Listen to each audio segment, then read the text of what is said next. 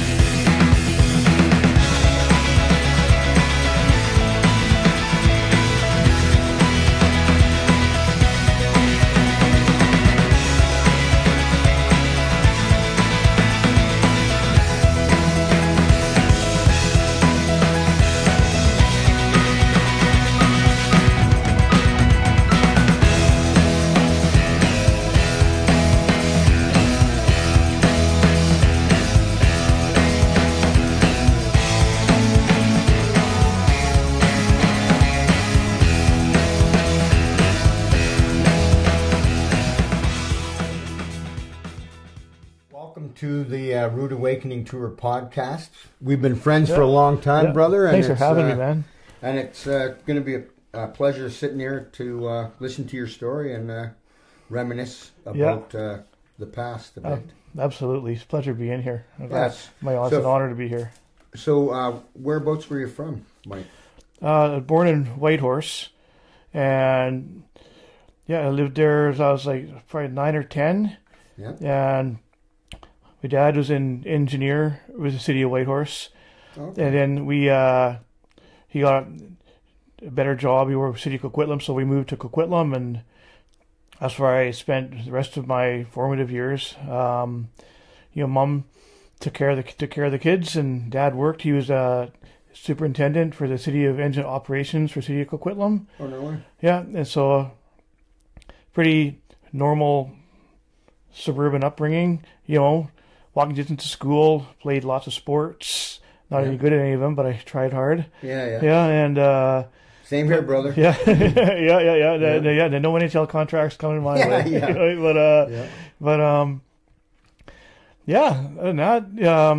And like, where are you at now? Where are you to now? Yeah, well, right now I live in I'm in Langley, BC. I'm a firefighter with City of Vancouver. Okay. Been there since year 2000. Oh, no way. Yeah. So we're going on just May. It'll be 24 years. Oh, no way. Yeah. Cool. Yeah. Thank you for your service on that department now, right? Thank you. One long stretch of service, eh? Yeah. Definitely. So you've started to tell me a bit about yourself. Do you want to, bring yourself up to joining the Army, and then we can go through a bit of your career and stuff like that? And Sure.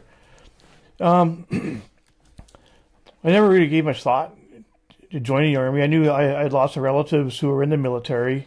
I know I had a couple of uncles who were World War II vets. They never talked much about it, though.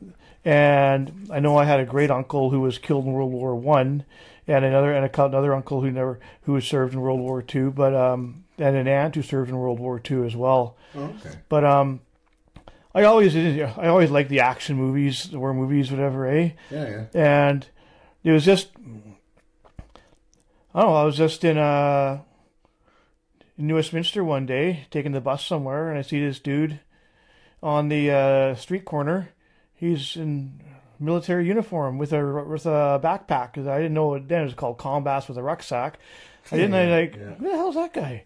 Yeah. You know what I mean? At one point, I'm a Canadian, and I'd never actually seen a soldier before. Huh. And who's that guy? Then I realized, I went up and talked to him. Turns out he's a reservist with the Royal Westminster Regiment, just up the street. So that looks interesting. And I thought about it. Okay, a couple of weeks later, I thought, I'm going to that looks interesting. So I found out where they were, went out and talked to them, and I joined this in 1988. I think I had just turned 19. Yeah, I spent 2 years, joined the Royal Westminster Regiment. Yeah. Did there for 2 years. It was super fun. It was good times. We had some good leadership there. Yeah. You see, it's all reserve units in Canada at the time had secondary taskings to Reg Force units. And the secondary tasking for the Royal Westminster Regiment was 2 commando. Oh, no way. Yeah, and so they actually, the Westies actually had a jump platoon, a platoon of jumpers, who took it very seriously, and they were all like PT studs and super good soldiers, and that's what I look at. That was my first exposure to the military, was seeing these guys. I thinking, man, I want to be one of these guys one day. No way. Yeah, and so plus they had our OC, who he had just got out of 6 years with one para, the British Parachute Regiment. Our platoon warrant was a former Rhodesian SAS and Royal Legion Light Infantry. Oh, no way. And we all kinds of solid dudes. And so I did that for 2 years. And then I thought, I think I want to do this full time. So, yeah, I went and joined the Reg Force, and it's in 1990, went 3 PPCLI. No way. Yeah. And then I'm taking it you weren't there very long before you went to the Airborne. No, I was there for 2 years. I went to, I was in 6th Platoon Bravo Company, and great time, very much the new guy, as always, and but tried hard, and you know what I mean? It wasn't the smartest east, I was working hard, and I always kind of put my foot in the door in that, and within 6 months I was able to take the Recce Patrolman course, which was, I still say, is one of the toughest things I've ever done. Yeah. Like 6 to 8 weeks of just very high attrition rate, and sometimes I honestly think I'm lucky I made it. Yeah. You know what I mean? If however many passed, I was probably the dead last, and probably they had to do this guy through or not. Yeah, whatever. You know what I mean? Yeah. But then, no, that was awesome. But at the time though, I didn't go to the platoon right away, because at that time they only accepted maybe the top 2 or 3 guys would go to the platoon. For the Recce platoon. Oh, okay, yeah. Yeah, and so even though I'm a brand new minted Recce patrolman, I went back to B Company, and it was awesome, but a bit different then, because now all of a sudden I found myself I'm an asset to the company now. Instead of maybe like the platoon commander is like, patrol, okay, Gillis, I'm busy right now. Find us a route to this place, and okay, and I'm making up the route for him while he's doing something else. And now I find myself more of a good asset. And then but a little while later, and I put in for the jump course, and I just found out. So when did you do your jump course then? October of '91. Yeah, and so I went on my jump course, and after I went to Recce platoon, and that was right at the time when that Hercules crashed in Alert. Okay, The Operation Box Top, Hercules crashed, and that happened right while we were on jump course. So that was a big topic of conversation there. Yeah, and so I did a jump course in October, November 1991, and sure enough, 2 weeks after getting back from the jump course, Recce platoon attached to A Company, 3 PPCLI, we do a month-long SOV-op in Hull Beach, north of Nunavut. So now shortly after this plane crash, we're going up there to do not to Alert, but to Hull Beach, and we did a month-long SOV-op up there, and it was pretty funny because my brother, I was talking to him right after I finished the jump course, and he's saying, "Hey, when are you going on Christmas leave?" I told him, "Oh, hey, ask if you can get off a couple of weeks early because Mom's taking us all to Hawaii." Oh, yeah. Okay, I'm looking at the dates, and I just wait a minute, no, I'm going to be in the high Arctic at that time. I can't get off wheat. My brother just started laughing and laughing and laughing. Like, I'll have fun with that. And so like, that was a big topic of conversation. You know, everyone trying to figure out, hey, Mike, what's the temperature difference between Hawaii and where we are right now as we're all in the tent.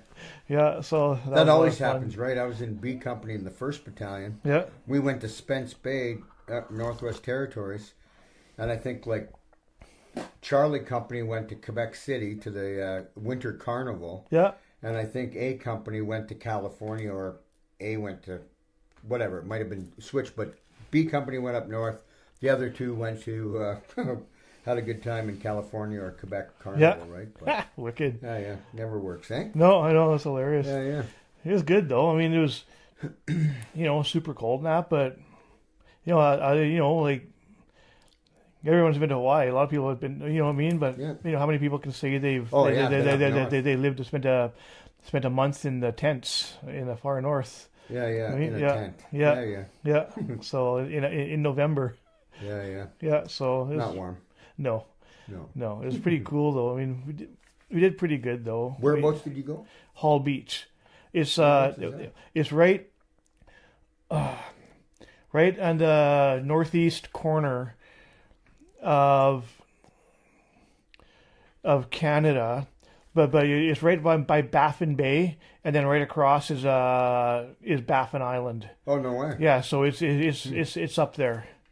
Yeah, and it's one of the Dew Line stations was. Oh, cool. Yeah, They're pretty neat. Did you go to one of the stations? Oh, just once we got to, as we're getting ready to leave after a month, we got to go have a meal in the cafeteria. So that was the only time we got in. We went in there. Oh, they had so it was a bigger one, and they had the kitchen and everything. Yeah. There's one like that in Northern Labrador, up in Saguelac. Oh, really? Yeah, and it's like 18 people would live there, in the building, like on top of a mountain, right? Yeah, wicked. Yeah, it was pretty cool. Awesome. They had like a sauna up there, tennis court. Oh my God. Yeah. Yeah, we didn't see any of that. Yeah, no doubt. Not as an infantry guy. No. Right? Yeah. No. So then you got back from there. When was that? 92? No, that was still 91. Yeah. And then got back, and then, then Christmas, we got back. It's time to go on Christmas leave, and I just carried on, and then 6 months later, and found myself going to 2 Commando.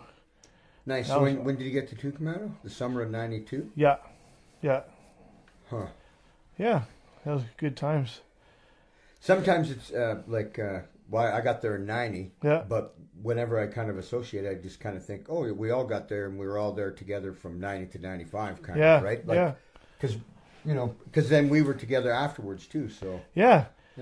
Yeah. No, that was a good time because at the time the 3rd was getting ready to go to deploy to Yugo. Okay. Yeah, and so we were put. Man, is that what? Okay, sorry, go on. Okay, yeah, and so us guys who were all being posted out, we were put in charge under the QM to go. Okay, basically like moving mattresses and moving furniture, and so we're out of here anyways. We just stay until noon, take off, go to Thetis Lake. Spend the afternoon. Nice. Yeah, and then wound up just me and 3 other guys hopped in my GMC Jimmy and drove across the country. Who'd you get posted with? Oh my God, that time it was you all know Lav. Stu Cameron, Scott Hodgson, Franny McGilvery, Chris Toombs, Bill LePaterel. Oh, I know I'm missing names. It was a good group. Nice. Yeah, I think Captain Gilligan or did he go the year ahead? I'm not 100% sure. Yeah.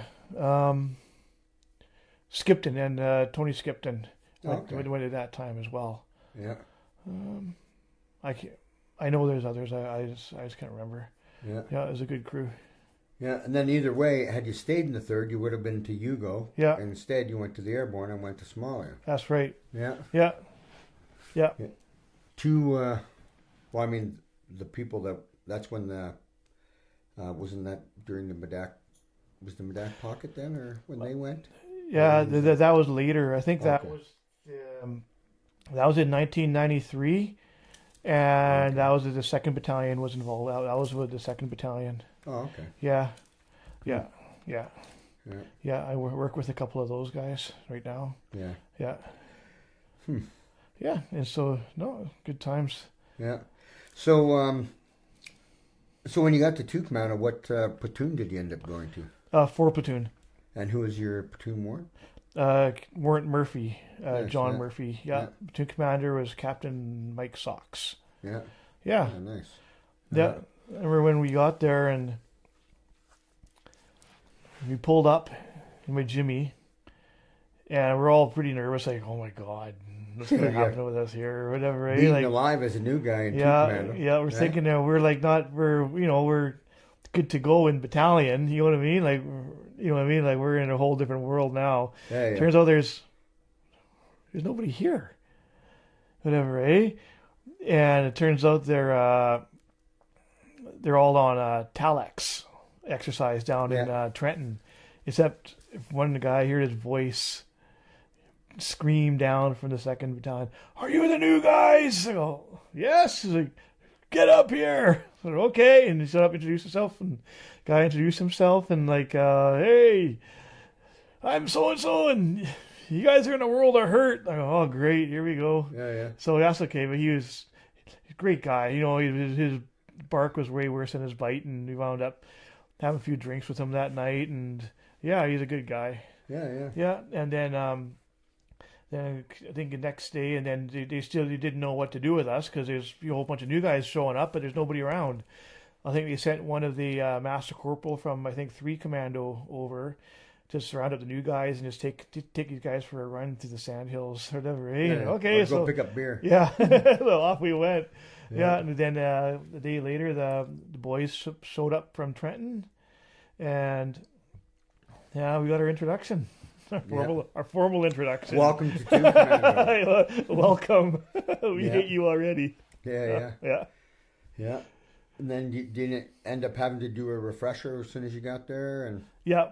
We all did a refresher and that, and like we all got, had to wear the red helmets for our first jump, the big FNG on there, and yeah, it was good. yeah. Yeah, we found out pretty quick that this is a pretty serious unit, and you know what I mean? It's like, all in all, it didn't look a whole lot different than the battalion as far as the job was, but everything was done at like a much faster pace and a lot more expected of you. There's no excuse. They found out right away that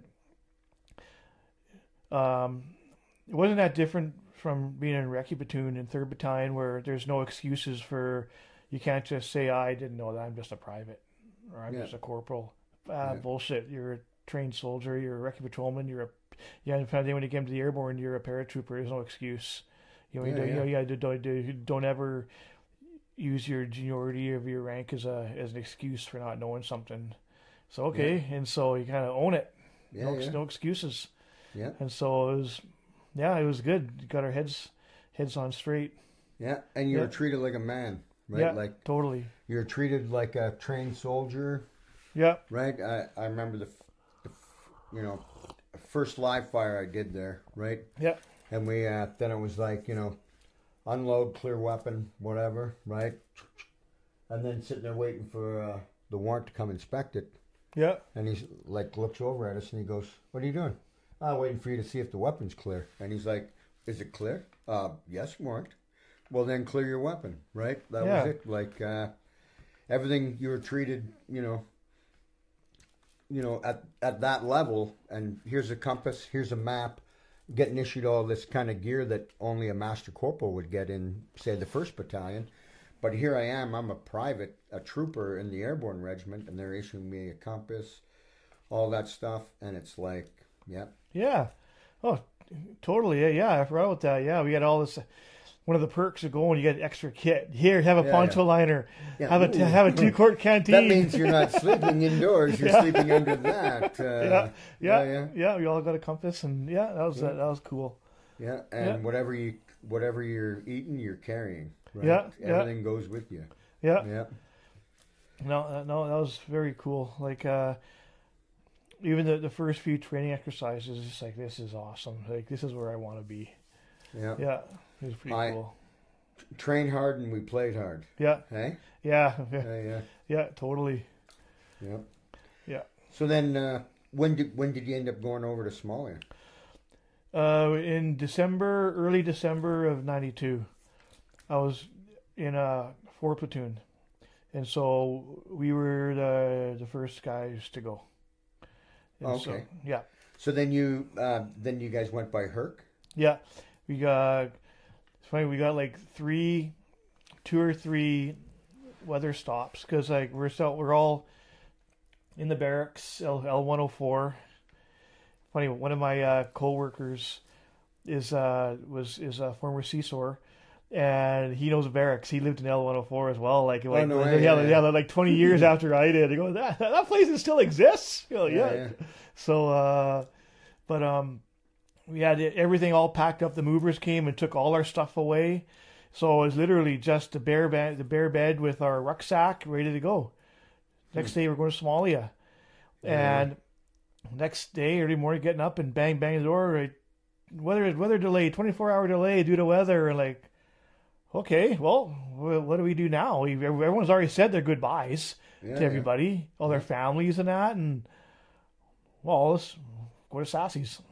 Go to the beer store. Yeah. But, no one had anything for us to do. So it happened, I think, once or twice more. And then the very next day, we're getting ready to go, and another 24-hour weather delay. And finally, we got on the bus, went down to Trenton, got on the Herc, and at that point, we still didn't really believe that we were going to go, because we had so many false starts, and especially we heard from the Western Sahara the year before we never went, right? Exactly, and so there's guys right to the point where we're walking out to the Herc, and I remember even like Vaughn, saying like, we aren't going. What? They're gonna pull something on us right now. Last week we're not gonna go. And like, dude, like, we're walking towards the plane like with our rucksack on. We're going. The next thing you know, and then sure enough, off we went, wheels up, and longest Herc flight ever. I think it took like 30 hours, something like that. But stopped in Shannon, Ireland. Early in the morning. A little bit of delay there. Then stopped again in Crete. And stopped in Djibouti. And that's where this is just north of Somalia. And so I was off to the French Foreign Legion base there. And that's where we actually got our ammo. Oh, so you bombed up there that's where we bombed prior up. to going into country. And so that flight was something else. It's like, thank God I brought earplugs and ear defenders with me, because this 30 hours sitting in that Herc was insane. Yeah, it's funny. We actually had an ODA of U.S. Special Forces with us. They've done part of the workup training with us, and we got to know them a bit. They get on the Herc too. And we just, as soon as the Herc's airborne, we were going to be there for a long time. We just get our seatbelt, just start, they had the rucksacks are all just strapped down in the middle of the deck. We all just start laying down on top of their pile of rucksacks and that. And there's one American SF guy, he takes his hammock, strings it one end of the Herc, one side, strings it to the other side, gets in his hammock and pulls his poncho liner over himself. I'm going like, okay, this is not this guy's first rodeo. This guy's used to this stuff. I'm going like, okay, well, maybe in the next 30-hour Herc ride, I'll remember that. But, then we finally arrived. So you bombed up in Djibouti, and then where'd you fly to from there? Ballydogle. Okay, so is that you guys did you fly in, or did you do an air assault or something? That came later. Ballydogle is just like an old Soviet air base. Okay. And, like the communist Warsaw Pact had a pretty big foothold in there before. And so they say we didn't even know what to expect before we got in there. This thing leading up to even going, we didn't know what to expect. At one point, we're told, it's just going to be a 6-month tour on the beach, going swimming. Yeah. Whatever. And then 2 days later, we're told to expect to fight our way off the airfield and expect 10% battle casualties. Like, what? What happened? Hey, what is it here? What happened to beach surfing? And and so like, what's going on here? And so like, finally, I get to the point where we're on the flight. We left Djibouti. We're like, what the hell is going on? It was like, are we actually? And it came over probably half an hour before we were supposed to land. It came in. Oh no, the U.S. Marines are already in Balidogle. It's all secure. So okay, whatever. So that brought the pulse rate down a bit. Yeah. But then, no, it was cool though. And then landed, and just at that landing, when we landed, okay, we're finally here. You can feel us hit the ground, and plane comes to a stop, and that door opens, and it was like being hit by a blast furnace. We're come from dead of winter in Ontario. Yeah. Fly across, all of a sudden, Africa. Djibouti was hot, but this Somalia was like insane level of heat. Yeah. And it almost, the first guys just to hop out, you could tell they almost like recoiled. Yeah. It was so hot, and everyone get back on the plane. Yeah, and so get out and do all-around defense around the plane, and because we were kind of wondering, why are we doing this? I mean, like the Marines are already here, but I guess it made sense. Hey, boys, we're not leaving the plane. We're not looking like a bunch of tourists when we leave. So all around defense. So okay, we go all around defense, and then the plane. We finally, after a few minutes, we get up and go, and the Herc takes off, and there we are. Offload our kit, and there we are. We're standing in the middle of this runway. Okay, now what? even it's where like the Americans like, who are you guys? We're like, I don't know. When they're Canadians, are like, you can tell they're like, what are you doing here? Like, we're sent here. And so, okay, they gave us, you can tell there's back we had the CO with us, was with us too, Colonel Matu, he was with us. Okay, yeah. And so they're there, him and the American commander talk, and finally we got sent to one end of the airfield and just started digging in. Yeah, so... Yeah, within probably less than 30 minutes of being there, we're doing like hard physical labor and digging in. Yeah. Welcome to Africa. Yep. Yeah. It's a little hotter than you expect. Yeah. Yeah. Drink your water. Yeah. I just remember thinking when I was there, like, man, it's so hot. How I kind of relate to people when you see the African person sitting underneath the tree. Yeah. Because it's too hot to go out in the sun. Yeah. Right? Like. Yeah. It's like, brutally hot, and you don't even want out, man. You didn't. It was. Yeah. Oh yeah. Yeah, and we had a couple guys the first day even just go down with heat exhaustion, and I went down the second day. Right. I just wasn't drinking enough water. Yeah. And I was kind of like, I'm not feeling too good. And finally, I had to, the medic looked at me and gave me 12 1-liter bottles and, drink all of these. And I had to drink all 12 liters. Oh, no way. Yeah. And it was after that, I had a ration. I puked it up immediately, but I felt immediately better. Oh, no way. Yeah. So after that was my lesson. Hey, drink lots of water. Keep your water. Keep hydrated. Yeah. Yeah. Huh. And then how long were you guys at that airfield? We were there, I think, 2.5 weeks. Yeah, 3 weeks. Yeah, I think we were there for 3 weeks. That's where we started. Yeah, that's where we started getting acclimatized and that.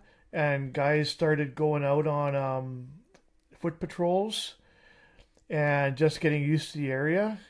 And that's where a couple of the sections actually went out on long patrols, gone all day, all night. Come back, Huh. Just to get yourself acclimatized. And at that point, we didn't even really have a. Not that I know. Like, I wasn't high up the food chain. I don't think we even had a mission yet. I think Americans were still wondering, like, what they're going to do with us. Who are these guys? Yeah. You know what I mean? And then, and so I think the next day after we got there, I think 5 and 6 platoon showed up the day after we did. The day after getting to Belladogle? Yeah. Oh, okay. Yeah. And so, yeah.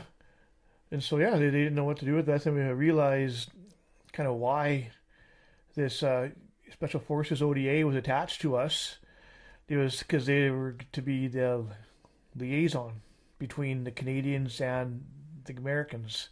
Because even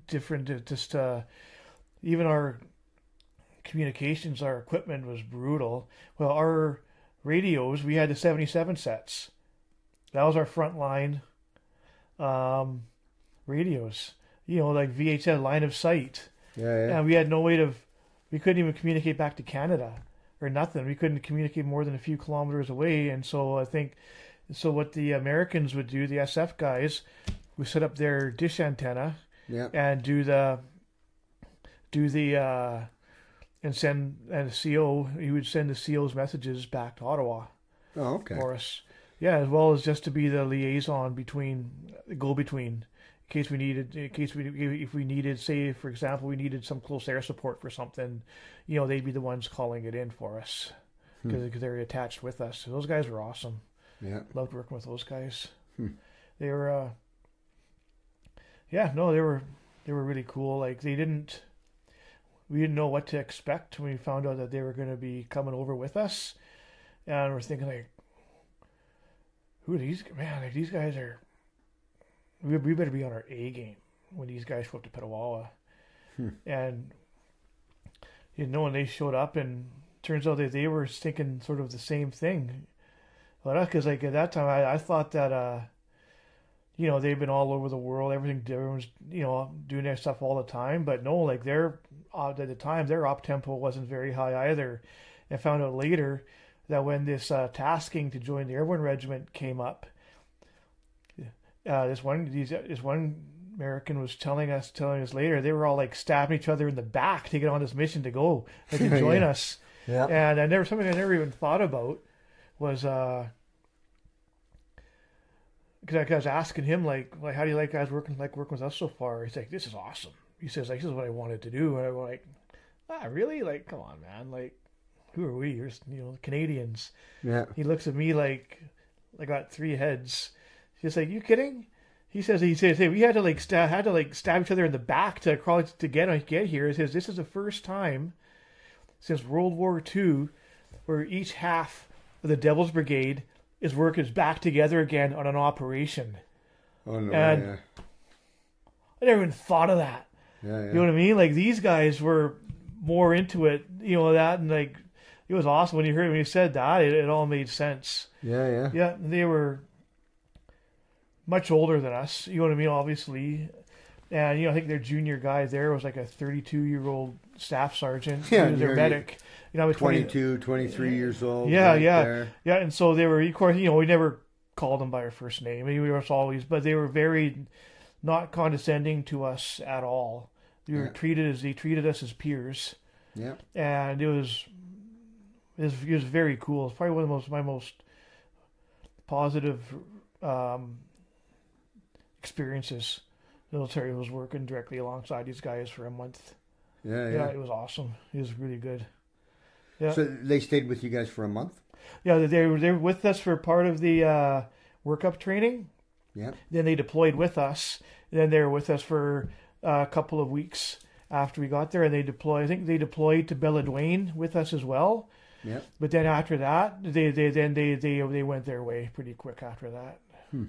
Yeah, they had their own stuff to do. They figured by that time, when we got to Belladogle, a few days later, the rest of the regiment arrived with all they had the SIG squadron and all this, and so they were like, okay, the bulk is here, so they're not really needed here anymore, and so they went off on their own. They went back to do whatever their own group. Yeah. I think I arrived in. I think I got to Mogadishu like 27th of December or something, 92, and then we had to wait for our vehicles to come in by the ship. Oh wow! Well, same. You guys. Why you had some with you, right? When you got there, no, you had no vehicles. Nothing. Just Niner TAC and a det or two from DFS platoon, right? We had literally no vehicles. Yeah, None. but I mean, didn't like Rob Obi was there? Okay, those guys were. I think with you. They came over in a Grizzly. They came over in a Herc with their Grizzly. Okay, and landed. I think they also went with you guys. I remember. I remember when we landed in Beledweyne. I do remember there was, I think, a 5-quarter. I do remember a 5-quarter. Wondering where the hell, where did that come from? Yeah, you know what I mean? Okay, that must have been it. Okay. Yeah. Huh. Yeah. Yeah. But I mean, like Niner TAC was there. Okay. So they had their Grizzly, right? Okay. I think, and then I think maybe DFS, but that's just going off a little bit of memory. Yeah. Yeah. Yeah. So you got to the.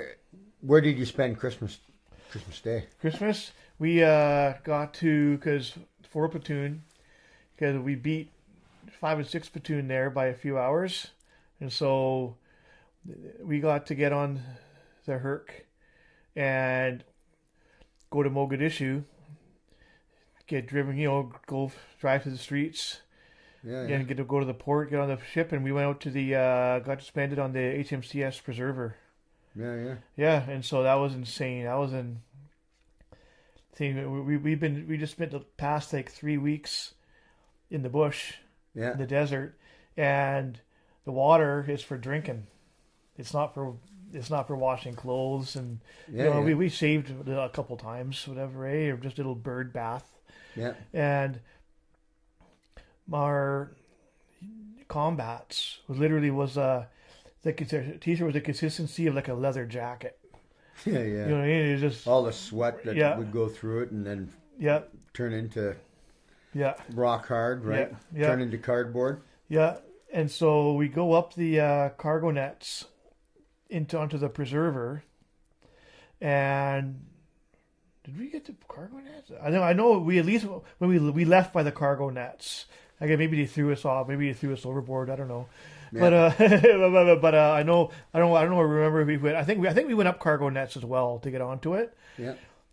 And the Navy is pristine. Like everything is, and we hopped on board. These guys took like 3 steps back. Like, who are these guys? A bunch of like filthy animals jumping on their clean ship. You know what I mean? And so really good. Okay, dump all your old clothes here, put on these new clothes, and we got to go take a shower and get haircuts and that, and we think we ruined their laundry machines because there's all that stuff in there, and and then we're going to celebrate Christmas Eve down in the mess decks below, and I gotta say, like, it was odd. Like, I think the Navy had been briefed ahead of time. It's like, listen, we're on this ship, and these guys have been in the bush for the past 3 weeks. Let's just treat them nice. And so the Navy they were super. They couldn't have been more hospitable to us. Nice. Yeah, it was really good. We drank a ton of beer that night, and Merry Christmas, and then we're over the loudspeaker. They were saying Christmas messages from home and that for all the ship's personnel. Oh, nice. Not us and that, but I got to party it up on Christmas Eve, and then spent the night. They had a whole bunch of cots set up on the deck for us underneath the awnings. So that's where we slept that night. And I woke up in the morning. It was this is cool breeze coming over. It was like, this is awesome. Yeah. You know what I mean? But then now we got kicked off a couple of days. Then okay, you guys are done. Thanks. And so we got back on the plane, back up to drive through Mogadishu again on the plane, back up to Ballydogel, and then later on that day, We had Christmas dinner helicoptered into us in hay boxes. Oh, no way. And so, yeah, so I remember I'm in the C6 trench and, you know what I mean? Having Christmas dinner. And they said, okay, Gillis, one guy hopped in and told me to go back. And so I had my meal and come back and replaced him. He went back and he had his meal. And yeah, got to go. But this time, the SF guys had set up sat phone for us. Yeah. And so I went and did a 5-minute phone call home. And that was that. And then that was Christmas. Yeah. I heard that 6th Platoon did a whole Secret Santa thing with each other ahead of time. Oh, so no. they were, yeah. So I don't recall if they probably did, but I don't recall if 4th Platoon did that. But we're all like, hey, Christmas away from Africa, Christmas in Africa. Yeah. Yeah. Cool. Yeah. How about you? I ended up getting to the well, no. I didn't get to Beledweyne till probably like first week of January, maybe, or something. Because I think we were waiting in Mogadishu at the airfield for a week or two for the vehicles to come in. Okay, on the Roro. Yeah, and then we did then we did the big road move up to Beledweyne. Okay. I just remember it was like, because the whole road was like nothing but potholes the whole way there. Mm-hmm. And in the Grizzly, I just like, we set it to whatever speed, and then you pull out the little, it was almost like cruise control. Yeah. You pulled it out. Oh, yeah. The throttle lock. Locked the throttle. Yeah. And then just sat up on the deck of the machine and was just like steering with this, because there was we're doing like 20 kilometers an hour with the trying to go with all the 5/4 bouncing around and everything. So we're driving real slow. Right? Yeah, and you have the engine like right there too, just like blowing super hot. Like, yeah. That would have been brutal. Yeah. Yeah. Yeah. The crazy times. Yeah. It was unbelievably hot. I don't think Afghanistan was hot like that, but I'm pretty sure Somalia was a lot hotter. Yeah, it was. It was nuts. It was pretty cool. Like, it was different. Yeah, and after Christmas, we still didn't really have we had a mission. Now we were told we're going to be going into Beledweyne. Yeah, but we're told like there's nothing there. You guys are literally going to be the first ones there. This isn't going to be Ballydogle here where people are going to secure it. You guys are securing it. And so like, all right. And someone started the rumor mill that we're going to jump in. Oh, no way. Yeah, they have the chutes there. Whatever, hey? And we're like, oh my God, we're going to do a combat jump. Whatever, hey? But then that got shot down pretty quick. No, we're not jumping in. Yeah. Man, that would have been cool. Though, my God. That would have been so awesome. But, we got told we're going to do the air mobile assault onto it, and first one since like World War II, whatever, eh? Yeah. And so, okay, we're getting ramped up to go and get on the Hercs and that, and we had to reconfigure the seats a bit so we could like do tactical unloading, and we could just run out the back, and so without the seats in the way. I remember there was some a bunch of guys, maybe from 6th Platoon, I remember.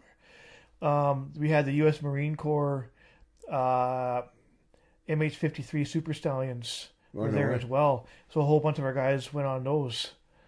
Huh. And, and so we landed, and it was a combat. The Herc didn't stop, just rolling down the runway, and we're just like literally like hopping off the ramp. Had come down to parallel with the runway, so it's still like a 3 or 4 foot drop. So we're jumping.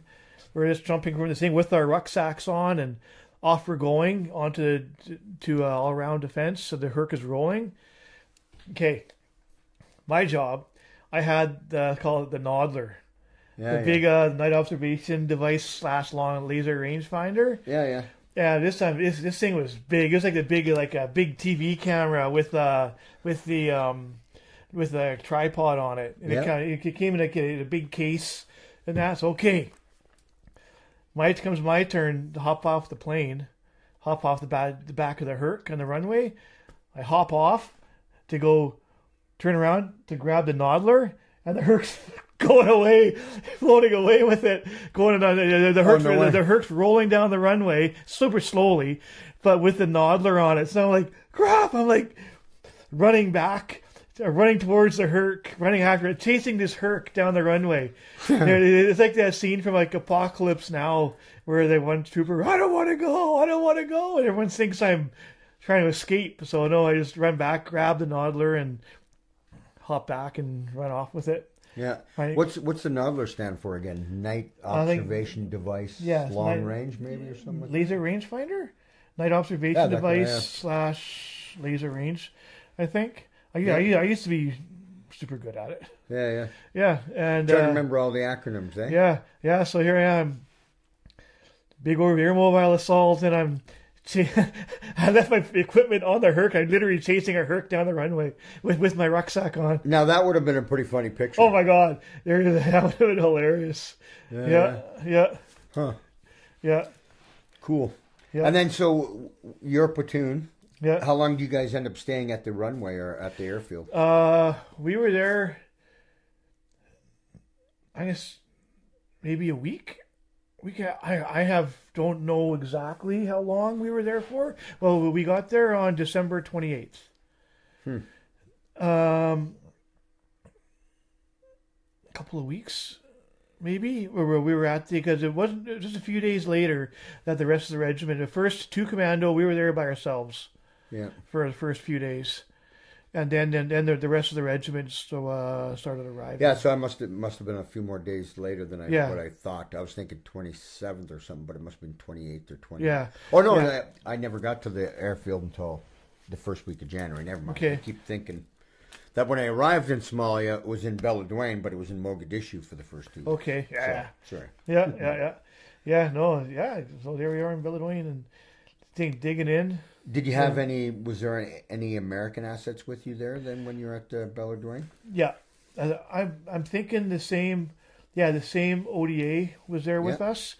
Like these guys, they were wearing Canadian the whole time, even before we deployed, even before when we were in Trenton, they switched over to Canadian combats. Oh, no way. Yeah, and so, but they still had their like a U.S. Army name tape on there with their U.S. Army signature. They were going like they just to save confusion on the ground for when they got there. Huh. They knew that we were going to be working with with the rest of the Americans too. Yeah. And so they were with us for. This is another funny story. That's it came out in the news later. Like much later, months and months later, that there were CIA operatives running around in Canadian uniforms and doing all these black ops and all this. Like, no, that was the guys who were attached to us, and they just did it just to blend in with us. That's all. That's the only reason why. Yeah. No big secrets. Yeah. And so, they were with us for a few days, and then when the rest of the regiment arrived, that's when they split off. They went their own way. Yeah. About when did they go their own way?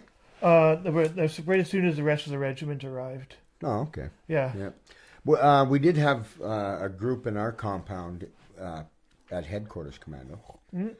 But whether it was an ODA or not, I'm not sure. Okay. But, yeah. Yeah. Yeah, no, it was insane, and we were there for... Yeah, same thing. This time we were on the airfield. Same thing. We're digging in shell scrapes, a little bit deeper than shell scrapes. Mm. That and no resistance. Same thing. We're expecting didn't know what to expect when we got there, but then we got there and there's no resistance.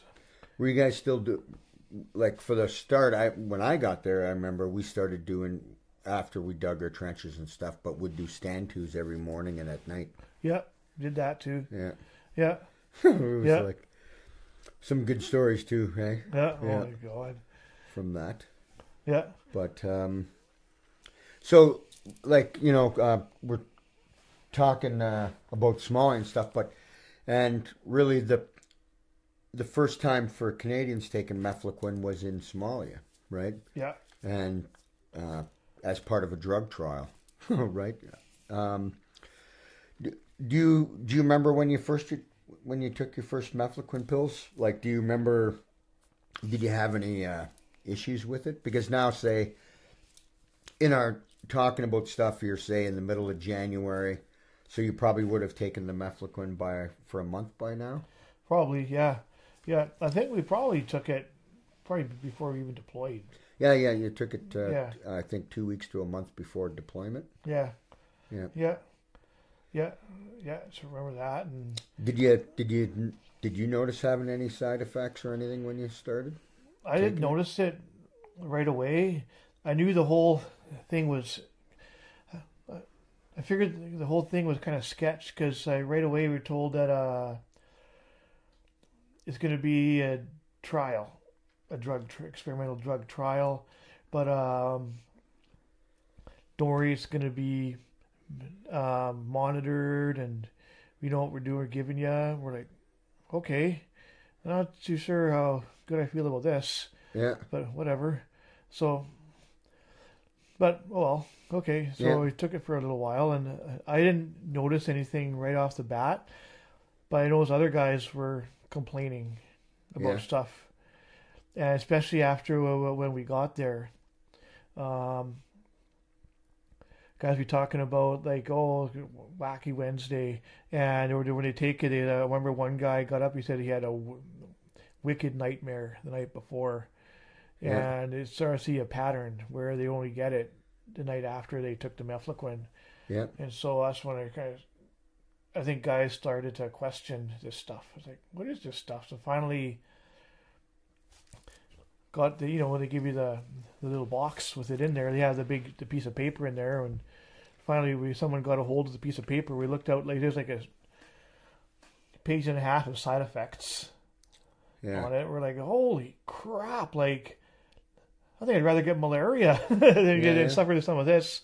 And so I didn't take it for the whole tour. I stopped taking it after a little while, and I think other guys did too. And I think it was very much what I remember. I could maybe my memory's wrong. No one stood there watching us. You will take this now, because I think sometimes even some of the section commanders were caught on. This isn't good stuff, and so they were just going, well, I know a couple of section commanders would just give it, okay, boys, here's your pill, off you go. I'm not going to watch you take it, so do with it what you will. You know what I mean? And so guys, okay, and the guys just. But at first they were. Yeah. At first were they watching you take the pill? Some? I think for the first couple of weeks. Yeah. Yeah. But then after a while, then they were like. I say I can't speak for everybody, for all of them. I saw a couple of other of the section commanders though, who were just, take it or don't take it, guys. It's up to you. Yeah. Yeah.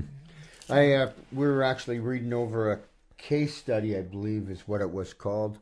One of the guys, Cameron, his wife did a study on mefloquine. Yeah. And one of the things that it talks about is actually the amount of people that don't finish taking the prescription, right?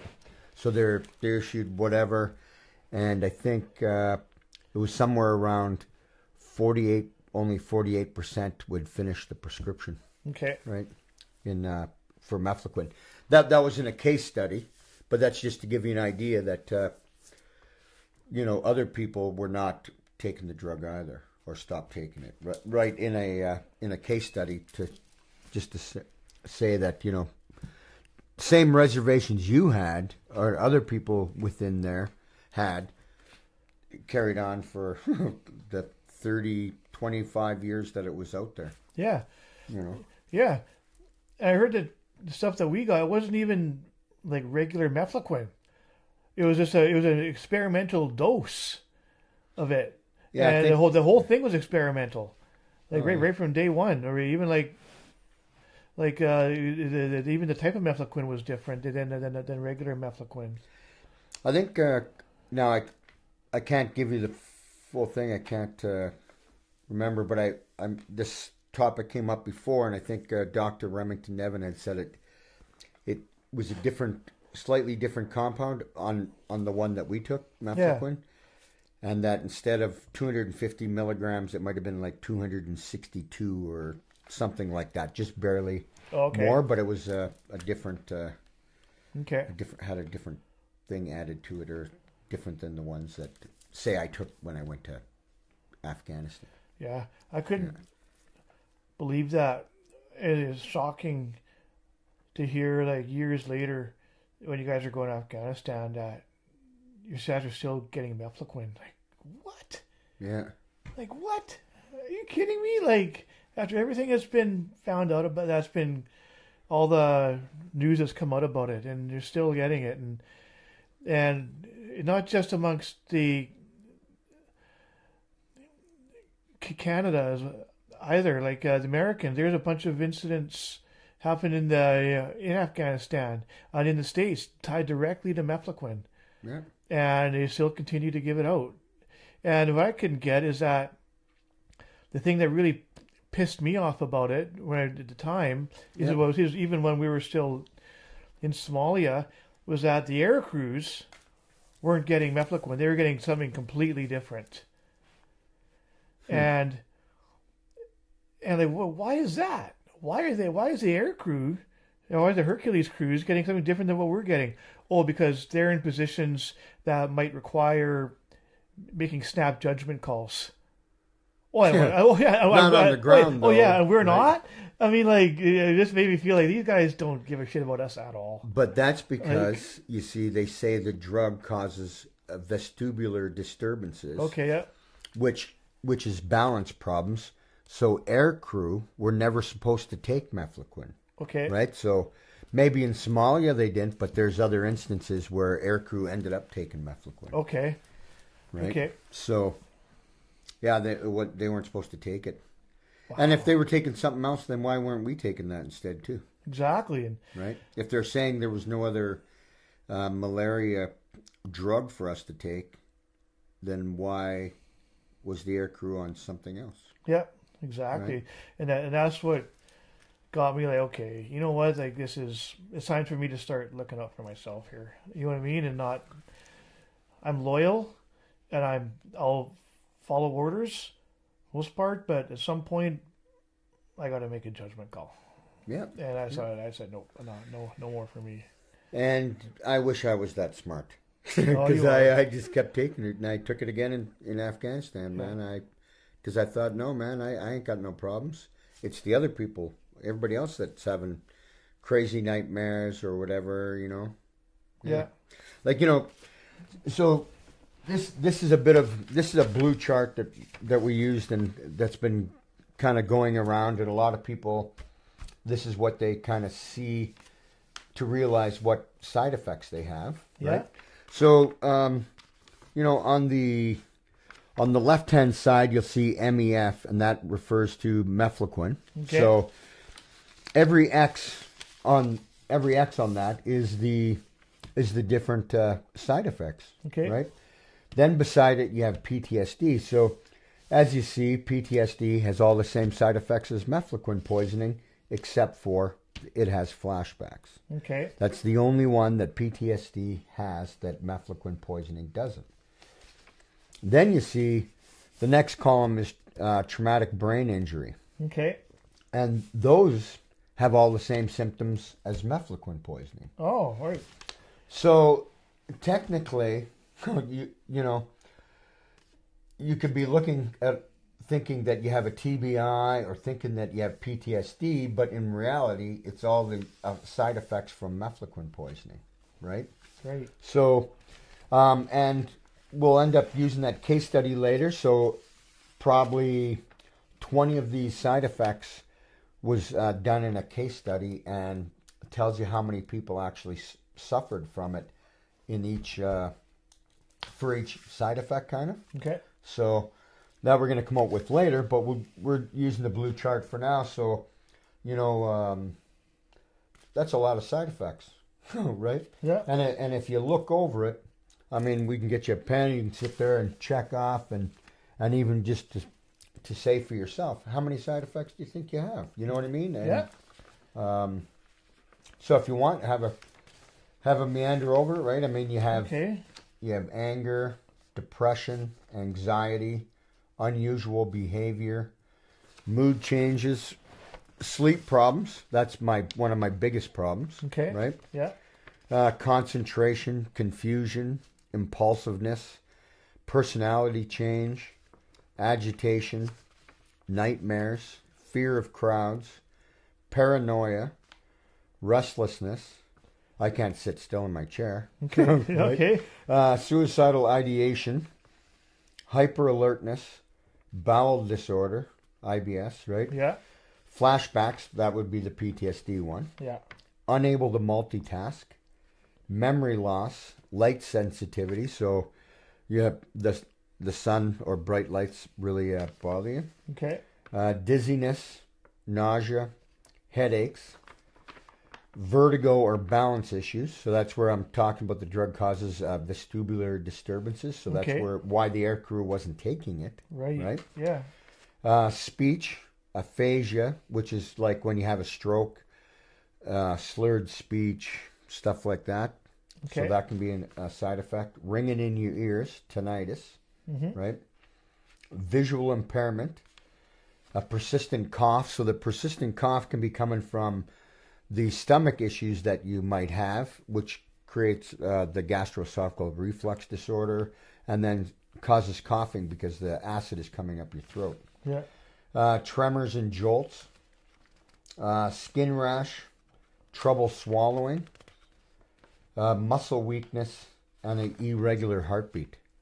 So those are all the side effects, say, associated with mefloquine poisoning.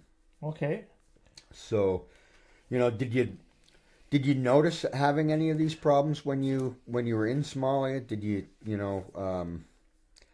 say, like, for myself, I had diarrhea all the time, so I'm like, I thought it was the rations. Yeah. Right? Yeah. I had sleep problems. I couldn't sleep at all. But I thought, I was only sleeping 3 or 4 hours a night or whatever it was. And I just thought it was the heat because it was too hot to sleep. Yeah. Right? And, but then, no, those are actually symptoms, side effects of the drug. Yeah. Yeah. No, I'm looking down this list. I can see stuff there. I can see stuff that I've definitely had in the past, and a couple of them now. Yeah. Like, I got ringing in my ears constantly. It's ringing in my ears at this moment. Yeah. You never go. But I never really know what to attribute that to, because, I was in the infantry for 8 years. Yeah. Lots of loud bangs. Yeah. That I'm a firefighter. Then there were lots of loud machinery. I wear hearing protection all the time. There's definitely hearing loss is huge in the fire service. Yeah. So it could be that. That's why I never saw flashbacks. Well, that's more just PTSD. I mean, there's stuff that 30 years it comes into my head every single day. Yeah. I say it doesn't slow me down, or it's just something I'm conscious of. I'm used to it. Yeah. Oh yeah. Well, there's that thought again. Yeah. Oh well, you know what I mean? And I'll push it back and off I go. Carry on. I know when I got back, definitely the fear of crowds and nightmares. I had that. Yep. And restlessness, sleep problems. I got sleep apnea. Yep. A little bit of depression and anxiety. Yeah, no, like a lot. I think a lot of these, I've had in the past, or I've had a couple of them I got now. Yeah. Yeah. Yeah, I can't think. I can't remember if I had this stuff in Somalia or not. Yeah, actually in there. But I know since I come back. I only kind of noticed a few things, and that was like for Somalia. That's why I never thought I had an issue. So when I went to Afghanistan in 2005, 2006, I'm like, I'll take mefloquine. It's not a good drug, but doesn't bother me, right? Yeah. But then in Afghanistan, I got sick a few times, which I really believe that it was associated with the mefloquine, right? And it wasn't until later, like 2019, really, I was like, you know what, man? When they started the mass tort and everything, and it was like, then you're looking and you're seeing all the symptoms, and it was like, man,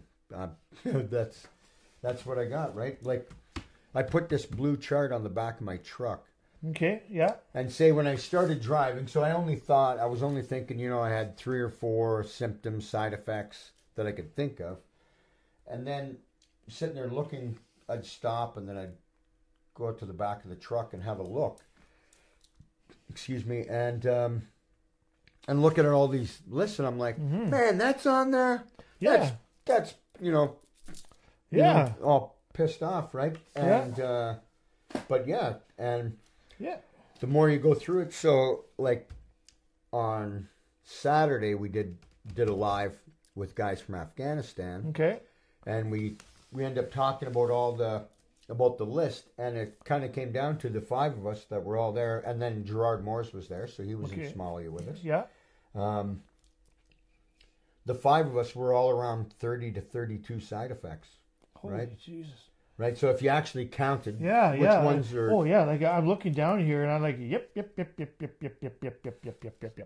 know what I mean? Like, it's not always there, but sometimes it'll be there for a little bit, then it goes away, then maybe a couple of years later, I'm like, I'm not feeling so good right now. Yeah. You know what I mean?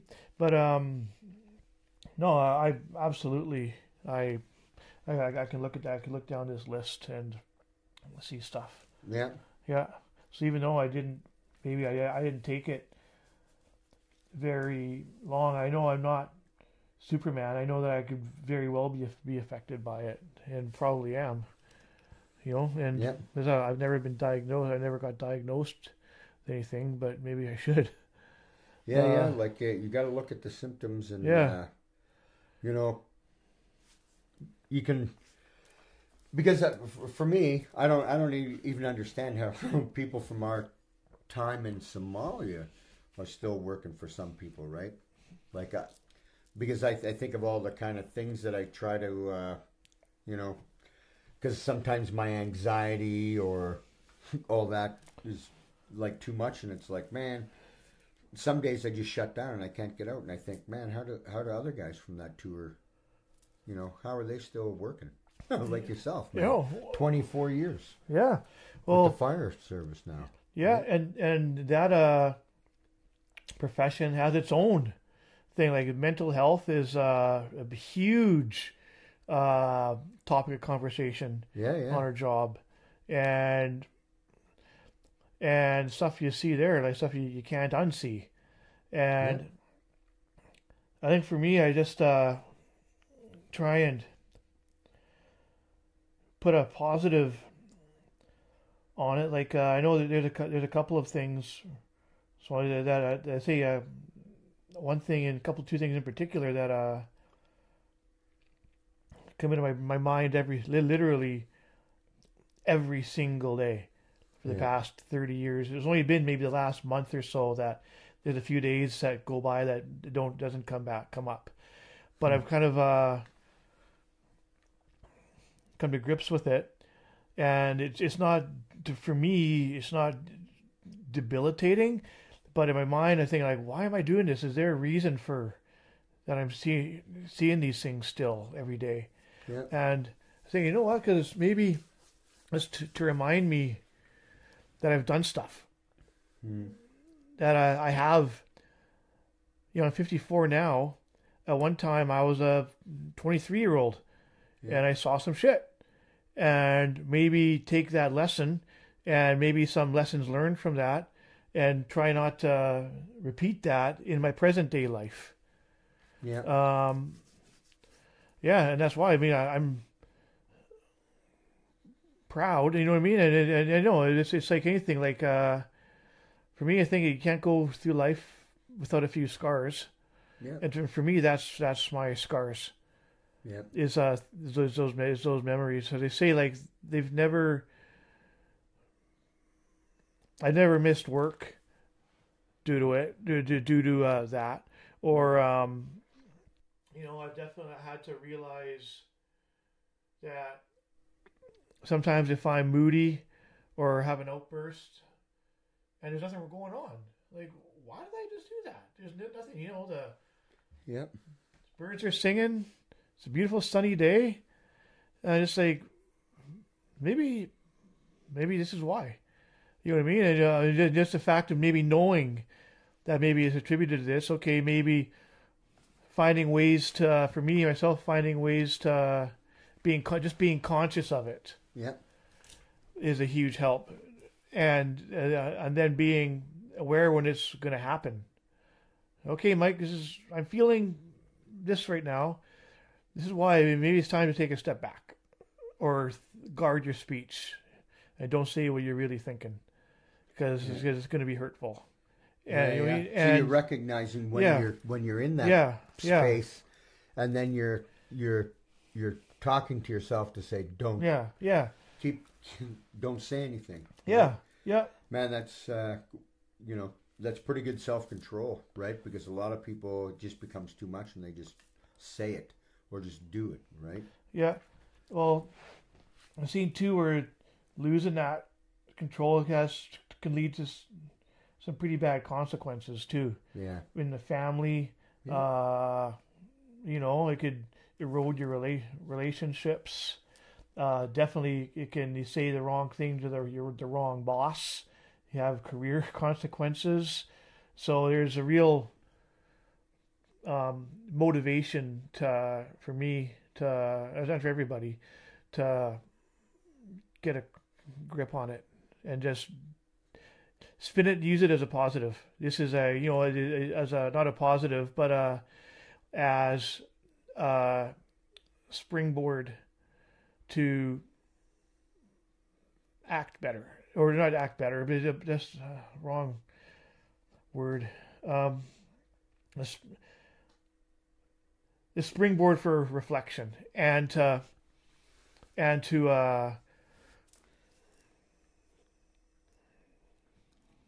monitor yourself and just live your day. Yeah. For me. Yeah.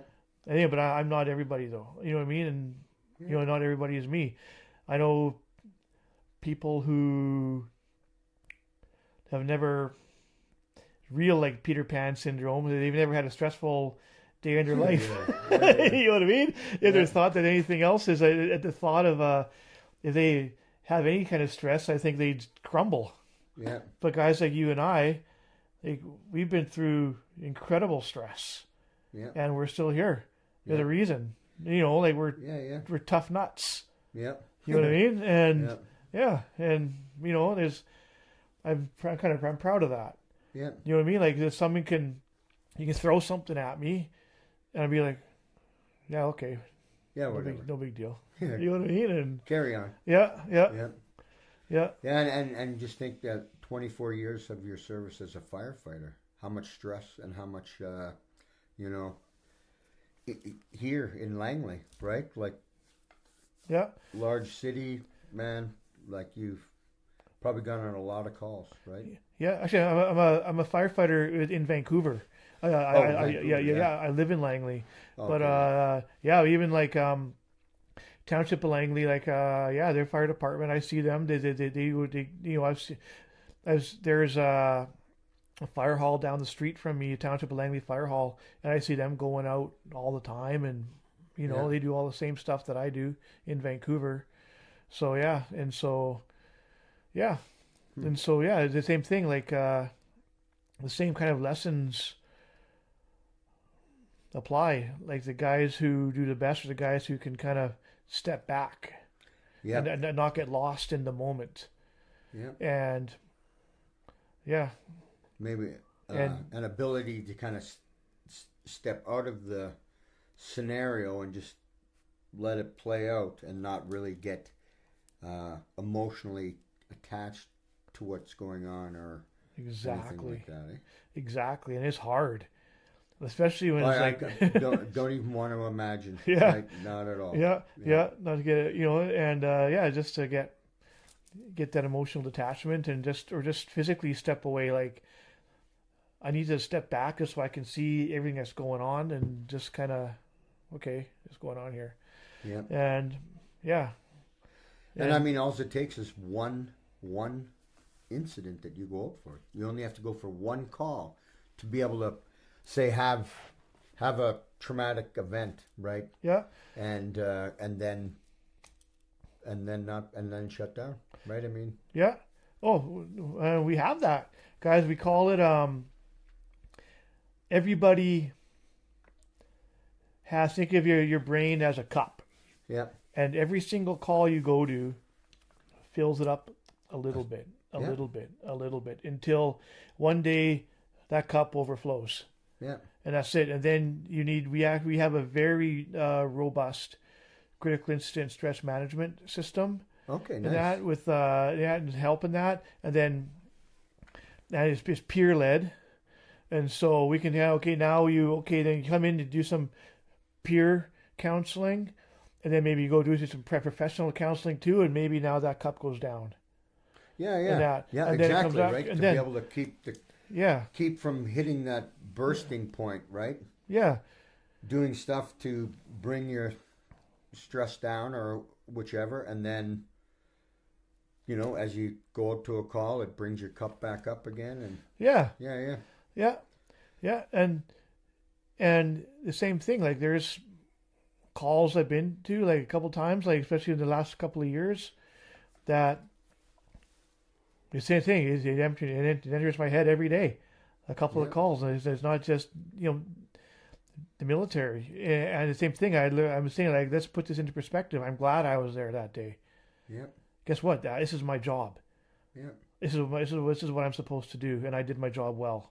Yeah. And I didn't cause this incident, but I helped mitigate it, or did the best I could. Mm-hmm. And you know what I mean. And it's a part of me. I'm glad. Same thing. It sounds perverse. I almost welcome those memories because it reminds me that Of what you're doing. Yeah, of what I've done. That important it is. yeah, and so it doesn't let me forget. Not to get complacent and just and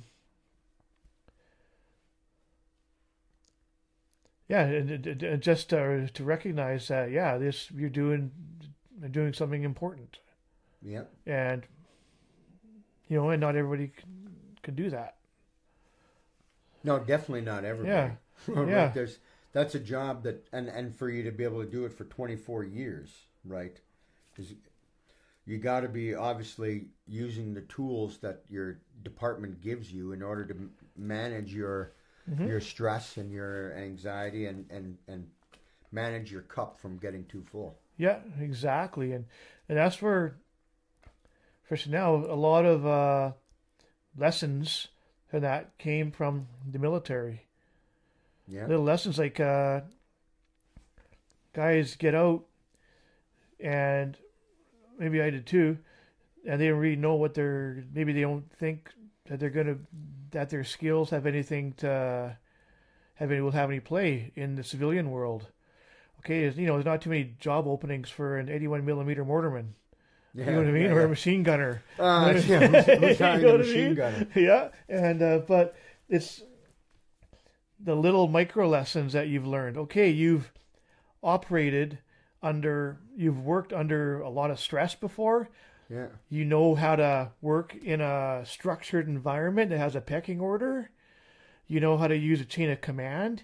You've got some self-discipline, and as I say, like, the guys, like, you have all, even if you do 3 years, you have those skills. And so to not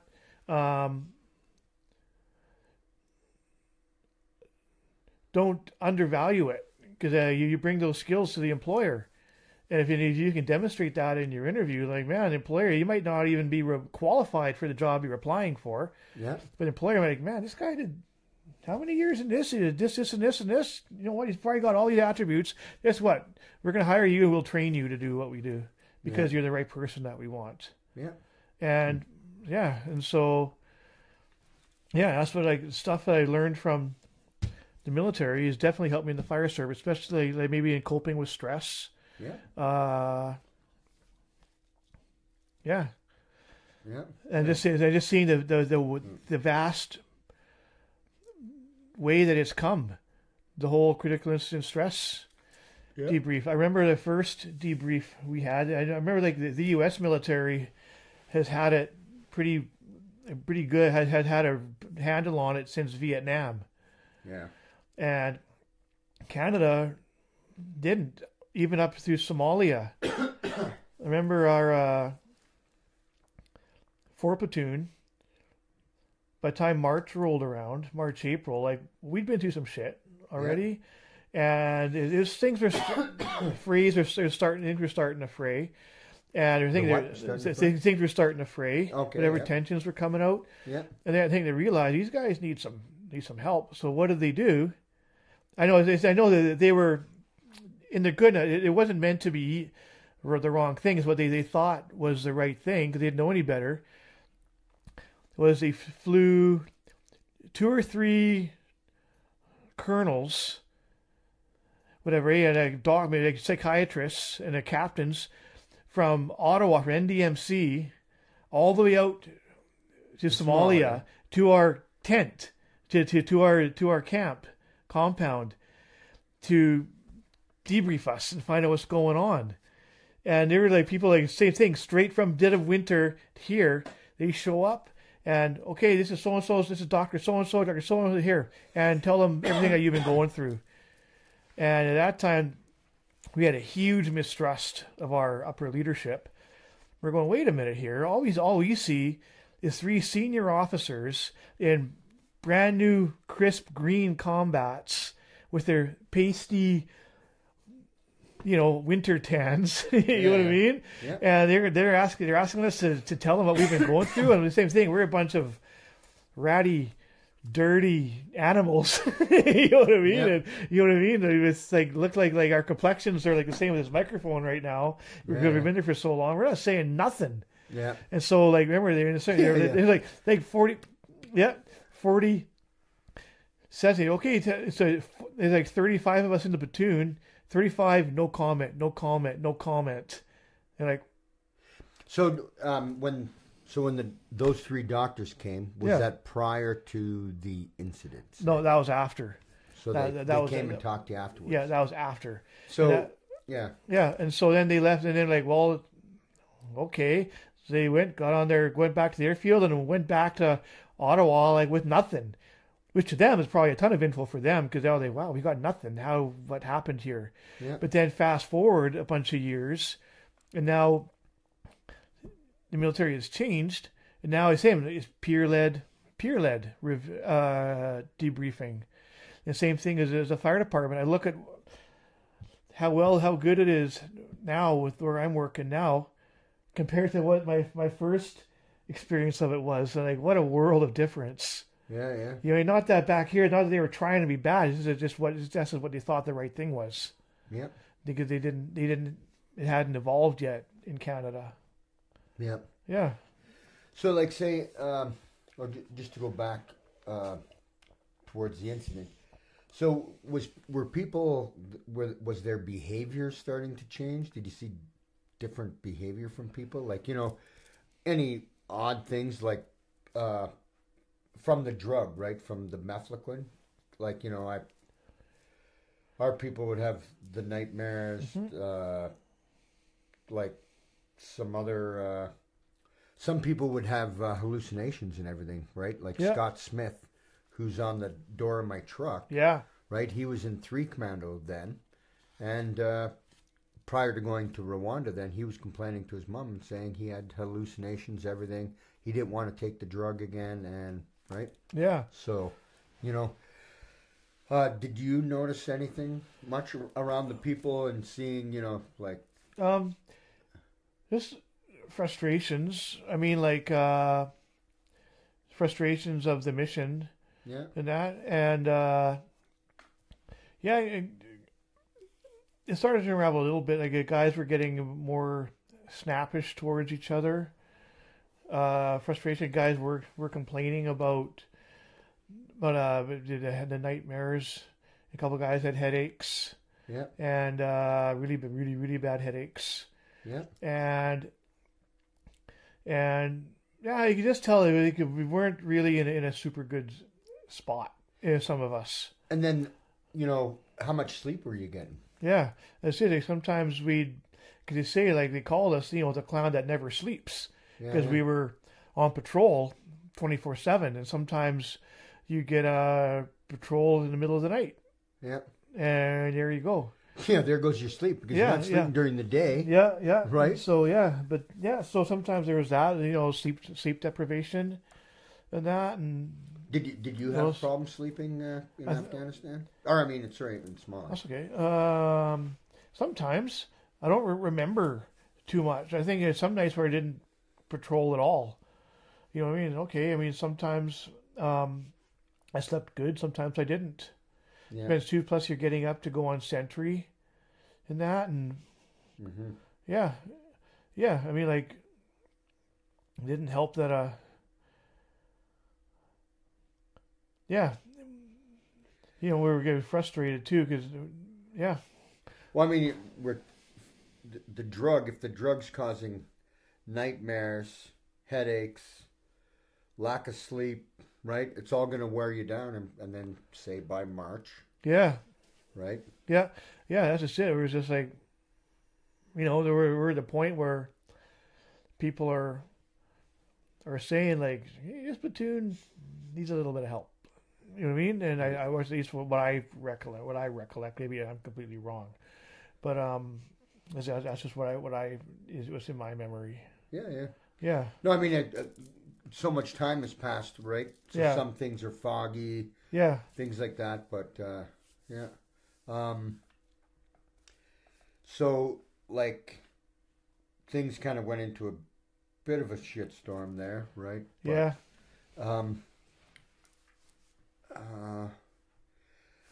So you were in 4 platoon, and then what section were you with?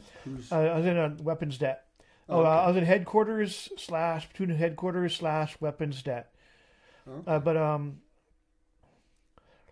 main role, sometimes I'd be the platoon, I'd be the driver. Sometimes I'd be helping out with weapons det. Sometimes I'd be detached out to go on a patrol with another section. Okay. It's kind of like the corporal at large. Yeah. Kind of thing. Sometimes I'd be the signaler. You know what I mean? Like whatever guys need. Whatever they needed. Yeah. Right. Yeah. Yeah. Huh. Yeah. So then, say before the incident, you went on patrol then. Yeah. Patrol. When I 90% of the time when I went on patrol, it was with weapons det. Oh, okay. Yeah. And the night that you captured Sinead was. That was with a different section. We were going out on patrol. Section commander of weapons det and myself were detached out to another section, 2 section, to go on a patrol. And so we went out the gate, went around to the opposite side of the compound to get our night vision, just to get our lie down and just get accustomed, not our NVGs, but just to get our eyes to get your night vision. To get our eyes adjusted. Yeah. And then right in front of us came 3 Somalis, walked right through us and right in front of us, and didn't see us lying there in the desert, and they started breaking in to the wire. We're look at each other like, what the fuck? Section commander, patrol commander, like, got him. So we hopped up, rushed them. 2 of them ran off into the desert, and we never saw them. Whenever they got away, and got the 3rd guy. Mark on him, just took him to the around to the sentry bunker, put him in the bunker pit, and that was it. Put a mark on him. The guys went back out, carried on our patrol, come back 3-4 hours later, and and we're coming in, and at that time, the remainder of weapons det and another one of the sections, they had sentry. They weapons det was supposed to be on sentry, but then we were 2 guys down, so then they filled in from other guys, did sentry as well, and then I was gonna go in there, and then one of my guys, weapons that had just come on sentry, and he wasn't even there. He just, as soon as we came in, he just came right up to me, grabbed me. He says, "You got to come look at this. You got to come look at this." And the prisoner that we captured 3 or 4 hours before was lying in the bunker, just dead. And obviously, we all seen the photos of what happened to the guy, and that was it. And we're like, I was in shock. Yeah. And we're like, what the fuck? You know what I mean? Like, we left this guy unmarked. You know what I mean? And so I went into the bunker, tried to take his pulse. I couldn't find a pulse. I tell you the truth, I'd never taken a pulse on a dead person before. So I thought maybe I'm doing it wrong. I tried to take it again, and nothing. I can't get a pulse. I'm doing it wrong. It's then there's that time's only room in there for one other person. So I hopped out, and section commander hopped in, tried doing the same thing, and he's just like, "Well, this guy's dead." And it's just like, the guy from weapons stat was like, "I just got on sentry. It's fuck all to do with me. What the hell? I didn't sign up for this bullshit." Yeah. Right? Okay. You know, it wasn't you. Then at that time, the patrol had gone to the tent, and right now, just myself and the 2 sergeants were standing there like, what the fuck? You know what I mean? Like, What do we do? And the one sergeant told me he's going to go wake up the sergeant major, told me to go to the tent and tell the rest of the section just what's going on, and don't leave the tent. Just stay in the tent lines. Yeah. So that's what I did. And at first the guys didn't believe me. Yeah, they said, "But no, I'm dead, sir." Because they didn't look. They just carried on. They didn't look in the bunker at all. They just kept going. And then finally figured out what's going on. And so then we stayed there. And then the section commander come back and he says, "Gillis, tell you what's going on?" I go, "Yep." "All right, well, it's true. This is what happened." And Sergeant Major knows appropriate people are being notified. The first thing he said was, "This is fuck all to do with us. You and I know, all of us know, we never touched that guy." Yeah. And so, but the guy who did it was my Section 2 IC in my tent, who was still there. And so the section commander told me, "Gillis, you're going to stay in our tent tonight." I go, "Fucking roger that." And so, but they said, "Don't say a word to this guy about anything." So, okay. At this point, we had no idea what had happened. To tell you the truth, we didn't even want to ask. Yeah. You know what I mean? And so, and the next morning, everything was around the whole 4 and 5 platoon were in that compound, as well as the 1 RCR mortar platoon were there as well. Yeah. Everyone was next morning. Everyone just kind of like super quiet and just kind of, what the hell? Yeah. And then the guy got arrested, and the rest is history. Yeah, Clayton. Yeah. So just on that, did you notice him having any symptoms or side effects? Like, did you, it was weird. Like, he's a good soldier. He was super skilled, and he made good decisions on patrol usually, and that. Yeah. But but once we realized what had happened, it's like, this is way out of character. Yeah. And like, even for him, like, you know what I mean? Like, he had some dark moments, whatever, a couple of dark, whatever, but yeah, this is way out of character, like way beyond the pale. Yeah. For him. Yeah. Even. And there's something else going on here. And it took a long time for you to realize, I wonder if it was a mefloquine.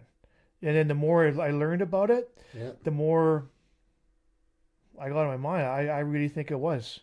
Yeah. I truly think it was like one of those side effects. Yeah. Was that big long page-and-a-half list that I told you about earlier. Yeah. One of the side effects is 1 out of 1,000 people could experience severe psychotic episodes, especially if alcohol is involved.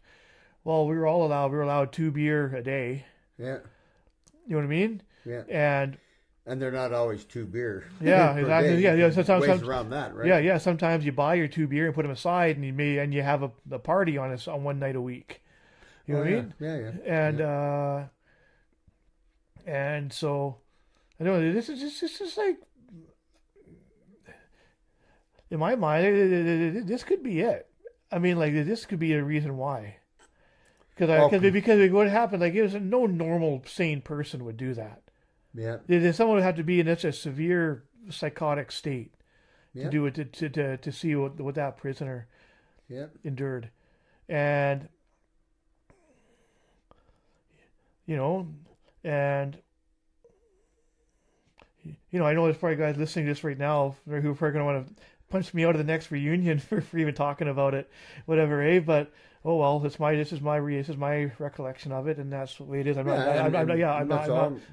not naming names, but this is the major problem. This is why all that shit happened. Yeah, exactly, and that's what I'm thinking. Like, more than I thought about it, it really is. I think that's the most glaring case that I saw, because like this guy was like right there. When I saw, like, I was like face to face with the prisoner.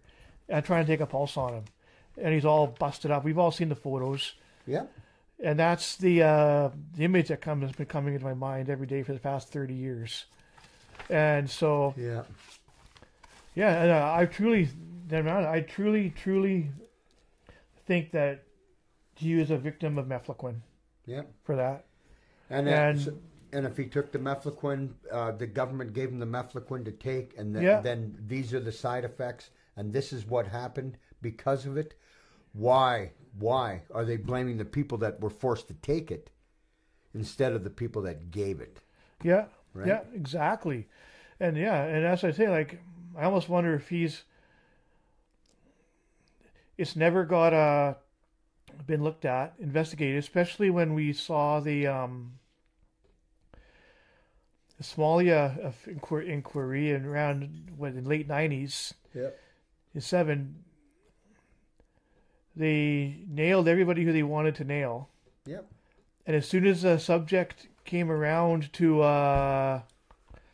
mefloquine, government involvement, the government just shut down the inquiry. Well, we got who we wanted. We're shutting it down. Yeah. Now. They just had to blame. They just had to blame somebody. Yeah. Right. They just had to point to one person. Yeah. And charge him, and then charge the next, and right? Yeah. And make people pay for them poisoning us and causing these issues. Yeah, exactly. Yeah. And exactly. And I can see even confusion amongst what's the right thing. Because I was saying before, like, around that time, this is what I said. Someone could probably totally refute what I'm saying here, say from another point of view. And when I recollect that we've been having a lot of break-ins, or attempted break-ins, we're like, what do we do about this? Like, and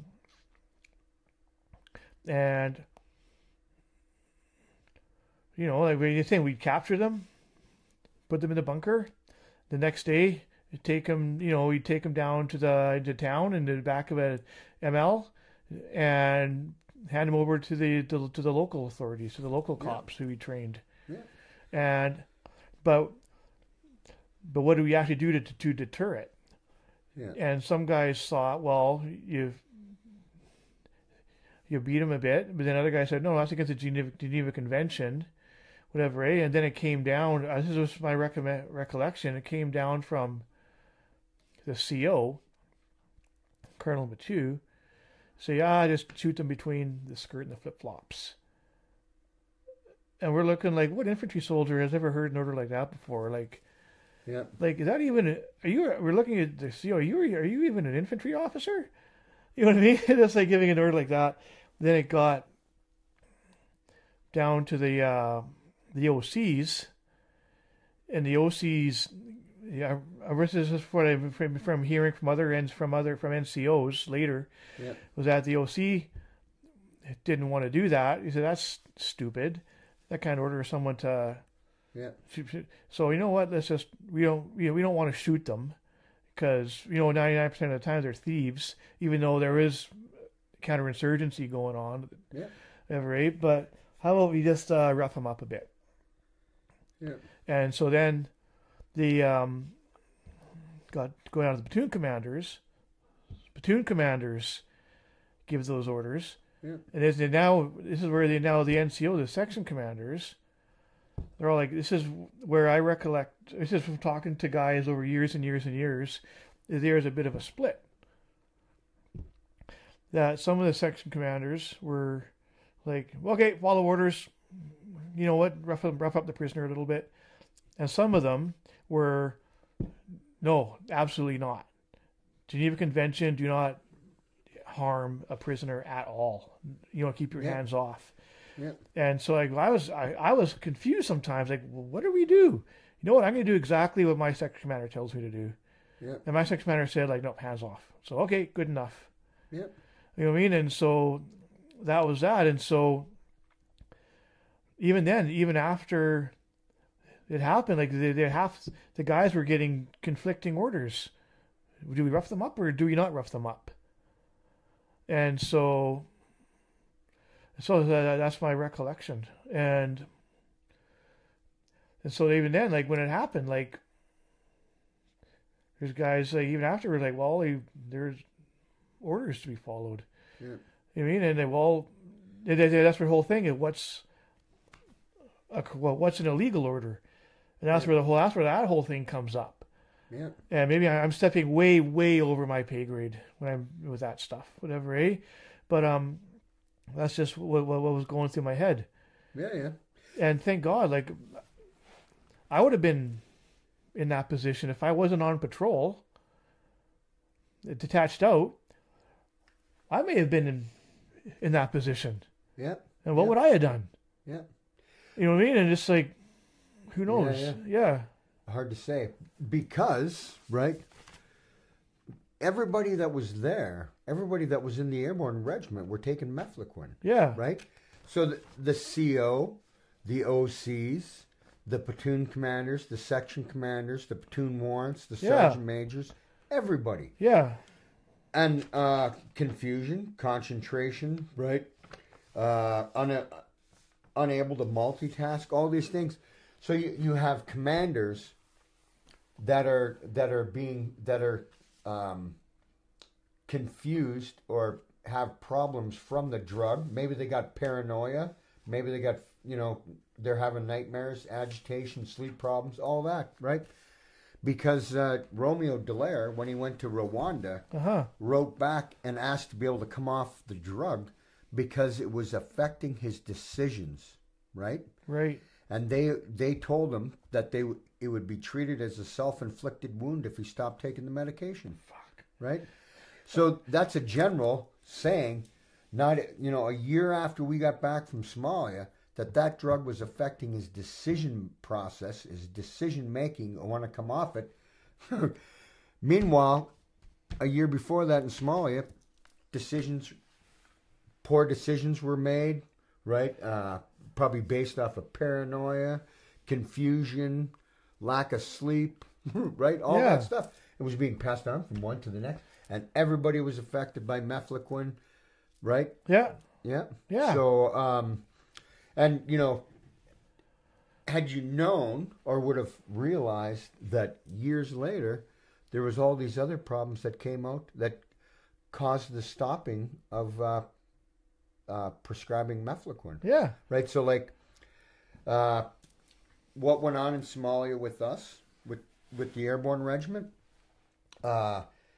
Later on, like in 2003, I think it was, in the U.S., 4 U.S. service members murdered their wives, and 2 of them took their own lives. A third one took his life in custody, right?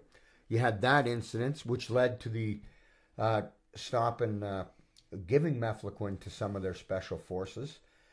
In 2012, I believe, well, in 2005, they were given mefloquine as to detainees coming to Guantanamo Bay, right? Okay, yeah. And they were giving them 750 milligrams of mefloquine immediately, followed by another 500 12 hours later, right? So that's 5 times the dose that we would take once a week. Yeah. They just took in one day. Yeah, because what was ours, like 250 something like that, you were saying? Yep. Like, that's insane. And maybe that was actually for them testing, giving a larger dose to troops. Because, say, when we took mefloquine, you had to take it a month, 2 weeks before we deployed, right? Mm-hmm. So it's in your system, and it's built up. And then you go into Somalia, right?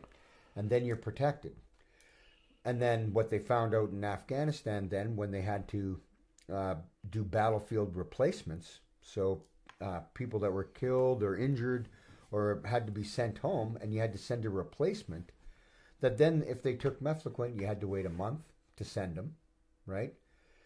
So that puts everything back. Your reinforcements aren't going to get to you for a month, right? Say. So then they came out with a new protocol to try to shock load your system with mefloquine, so that hey Mike, we need you next week in Afghanistan. So take all these drugs, Holy right? Shit. And those doses were rough, right? So, trying to think of other incidents. There was a Sergeant Bales in 2012 who was in Afghanistan, was on mefloquine, ended up going out in his T-shirt, his shorts, and his helmet, and a pistol, something like that, and killed 16 Afghan civilians, murdered them all. Came back, was reloading, trying to go back out again, wanted to go back out again and finish them off. And that's the kind of shit that happens on mefloquine, right? Yeah. I don't know if you remember Lionel Desmond in Nova Scotia. Yeah, I remember that story. He took mefloquine. He complained about problems with mefloquine. He complained about it at St. Anne's Hospital, and then they just did an inquiry, and they didn't want to look at the mefloquine story either, right? Fuck. So they didn't want to look at it during the Somalia inquiry, because we all know that's what caused it. That's why they shut it down. Right? Yeah. So, it's instead we're led to feel, that it was our fault, but it was the government's fault for giving us the drug, exactly. and forcing people to take it even though they had side effects. Yeah, right. It's nuts. Yeah. And I it'd be interesting to do a little study and find out how many people from the Airborne Regiment that actually finished and took all of their medication. Like, remember I was saying earlier from that case study, it was like 48% that actually finished it. And I bet you the numbers, say even for 2 Commando who finished taking the drug, I would say the numbers are lower than that. I wouldn't be surprised, right? With everything that went on, and that's and it's well, for me, anyways, it's nice to hear that people actually said, no, man, I bet I gotta stop taking this. This pill is horrible. Yeah. Then it always bugged me too. Same thing. Like, I was on patrol when that happened, when that went down. I think of it. I remember I come back and I'm looking at because in 2 Commando, 4 and 5 platoon were in that compound, as well as 1 RCR mortar platoon. Yeah. What happened is just like, what the fuck? Like, didn't you guys not hear anything? They're in there. Oh, you're nothing. I'm probably like, whatever. But then the next night, this is to put, because there's been so many over them in the media, and there's been so many different spins put on it of what happened. There's like, they took 100 of them took turns over a week. You know what I mean? And like bullshit like that. Like, so, but next day I'm on sentry 2 nights later. What everyone there knows is that around 9 p.m. the wind kicks up and it blows. Say, can I draw on this, Mike? Yeah. Pull that out. Yeah, here's thing, and here's 427 Squadron. Okay, cool. And which one was the bunker? The bunker. Oh shit, bunker. Right here. Bunker. This is 4 platoon, 5 platoon. 1 RCR mortar. Actually, you know what? Maybe I'll leave them out of it. Maybe they may not appreciate being mentioned. They were mentioned before, anyways. Yeah. Okay. Yeah. Like most. You know what? I'm not calling anybody out. Yeah. Okay, no, we're not saying anything because you're saying it was windy for one. So. Yeah. That's what I'm gonna get at. Yeah. Okay. We can. So we'll just get ready here. I'll put this stuff back here on the sheet.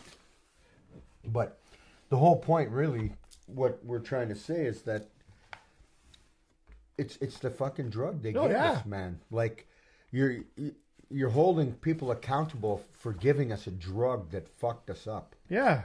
Right. Totally.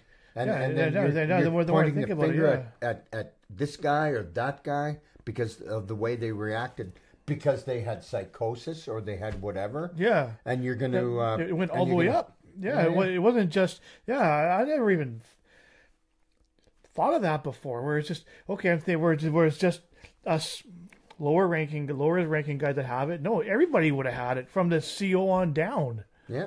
Like, yeah, who knows? Everybody's decision-making process was affected by this drug. Yeah. Everybody. Yeah. Right? And you can say what you want, but a year later, General Dallaire said it himself. Yeah. Right? Was asking, and then they said if he came off the drug, it'd be considered a self-inflicted wound. Yeah. Right? Yeah. So that was a general. Yeah. So, Kyle Brown, Clayton Matchey, your rank didn't matter. Mass corporal, private, whatever. Right? Yeah. They nailed them all because they were going to nail a general. Because he wasn't going to do it, right? Yeah. So guys are having side effects, having nightmares, having hallucinations, which is one of the things I heard Clayton had. Yeah. In the bunker, was having hallucinations, saying he was seeing spiders and having to smash them, right? Yeah. Yeah. So crazy. They're the ones that did it. They gave us a drug that was poison, right? Exactly. And it poisoned us. Yeah. Right? So they're the ones that need to come forward now. They're the ones that need to apologize to us for poisoning us. Yeah. Right? Exactly. To give us a drug as part of a drug trial, force us to take it whether you had side effects or not, and then hold you accountable. Yeah. Right? Really? Yeah. You gave it to us in the desert, in a war-torn country that had no government, right? Yeah. And you let us go and run amok. Not run amok, but see what happens. Yeah, what with no the drug guidance. did. Right? Yeah. And from what I understand, a lot of the other contingents that were there were on mefloquine as well. Yeah. So that I was told that the German Fallschirmjägers that came in at the end of the tour to replace us, they were taking mefloquine. I believe the Americans were taking mefloquine, right? Mm-hmm. The Belgians, I think, that were there were taking mefloquine. Okay. So you unleash all of these special forces. You take them all and you put them in Somalia and you give them a drug that causes paranoia, nightmares, restlessness, sleep disorder, right? You're not sleeping. You're having paranoia. You're in a war zone for one, so you're not kind of picking up. Man, am I ever paranoid or whatever? You're not thinking that because you're in a goddamn war zone. Yeah, you're thinking about what are you gonna think? Yeah, you're thinking I'm supposed to be paranoid right now. You know what I mean? Yeah. So you're like, nope, that's nothing. But anyways, you wanted to. Yeah. You did a sketch. I know, apparently, like my art career is coming on here.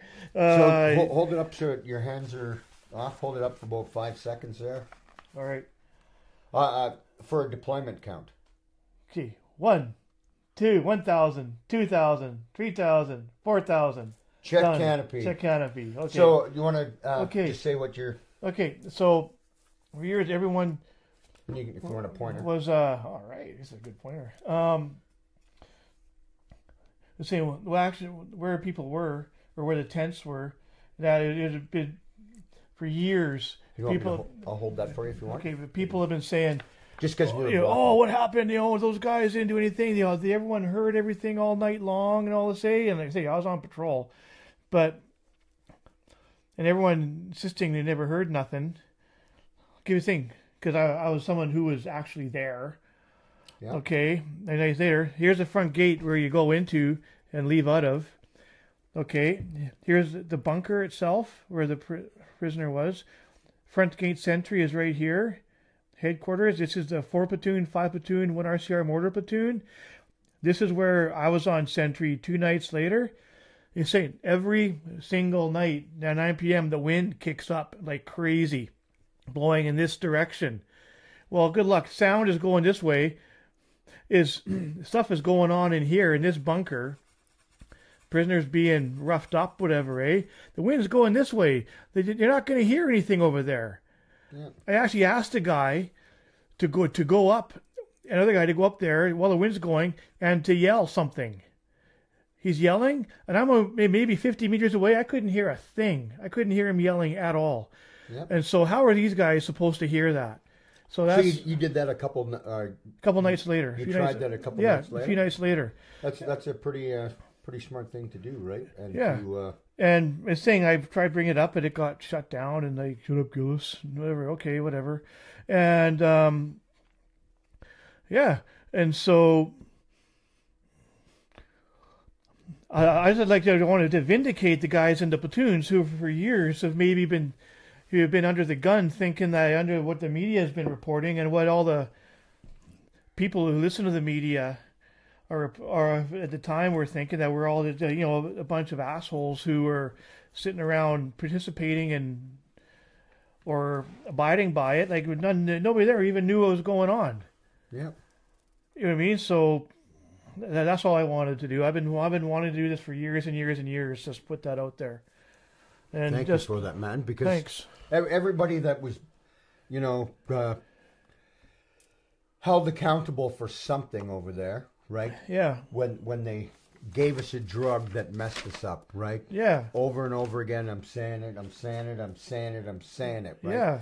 People's lives were ruined because of this drug. Yes, Kyle's totally. life was ruined because of mefloquine. And he's, power to him, he's a guy, in my mind, who was confused. This is kind of what we were ordered to do. Maybe not a bit more than what it may be extreme, but it's what we've been ordered to do, and not really knowing this is really wrong though. But whereas another guys in another tent got completely different orders. Yeah, you know what I mean. And it's not his fault. No, and it's just. But it's oh man, they gave us a drug as part of a drug trial in the middle of the fucking desert. Yeah. In a fucking lawless country with no government, no nothing. Yeah. You guys set up the police force, right? Yeah. What and then giving people a drug that's affecting them. They're having hallucinations and everything. Yeah. Totally. How is that fair to you and the other guys that served in 2 Commando or the rest of the regiment? Yeah. Everybody was blamed when the goddamn drug did it all. Yeah, exactly. And totally. Despite it all, and just like the job that we did, the totally awesome job that we did too. Like, I think I read somewhere that despite it all, we had like the largest kind of untamed area of operations with the most widely dispersed areas out of any contingent there. And yeah, we were the only ones to actually bring our area of operation under control. Yeah. The Americans, the Aussies, the French, they were all still having super troubles. They were having shooting incidents almost every day. They were getting into firefights almost every day. Oh, I don't know, but maybe I'm embellishing a here. A firefight. But we were the only. But the Canadians were the only ones who actually were in the same conditions, exact same type of bad guys out there, and we were yet, despite the fact that we were under doing all this external factors, poor leadership, Mefloquin, us troops we were the only ones to bring our area of operation under control and to actually run and to actually do a lot of good there. Yeah. And wasn't there how many schools were built? Yeah, exactly. I remember, like we'd get care boxes from home. A lot of us stopped asking for care boxes and just, hey, start sending. Go to Price. Costco was called Price Club back then. Yeah. Start emptying them out, buying up all their paper and pencils, and start shipping it over so we can give it to these kids. Yeah. Wow, what a bunch of assholes. Hey, what a bunch of racist airborne assholes. Yeah. You know what I mean? And that's the message that's been for years and years and years. No one knows like the actual good that we did. Yeah. And despite everything, we were absolutely the most disciplined, as far as I'm concerned, the most disciplined contingent there. Yeah. Yeah. You know what I mean? Because all the other contingents, I believe, had high body counts. Yeah, exactly. That's what I'm saying. That's what I'm saying. They all did, and same conditions that we had. Yeah, somehow we were able to bring it all under control. Yeah. Not that I'm saying that they were bad or whatever, but it's we were really good. Yeah. Yeah. I would agree. Yeah. Right. And and the Airborne Regiment had a really bad rap for years. Yeah. And I'm once again to say because of the drug. Yeah, right? exactly. And to say that they put us in those conditions, gave us a drug that some people were hallucinating on, some people were having psychosis, blah blah blah, and and then blamed the individual. Yeah. Right. They fucking poisoned us, and then said, "You're guilty. You're guilty. You're guilty. You're guilty. Your fucking life is ruined. Yeah. Fuck you." Right? Yeah. That's what they did. They didn't care. No. They gave it. Didn't they?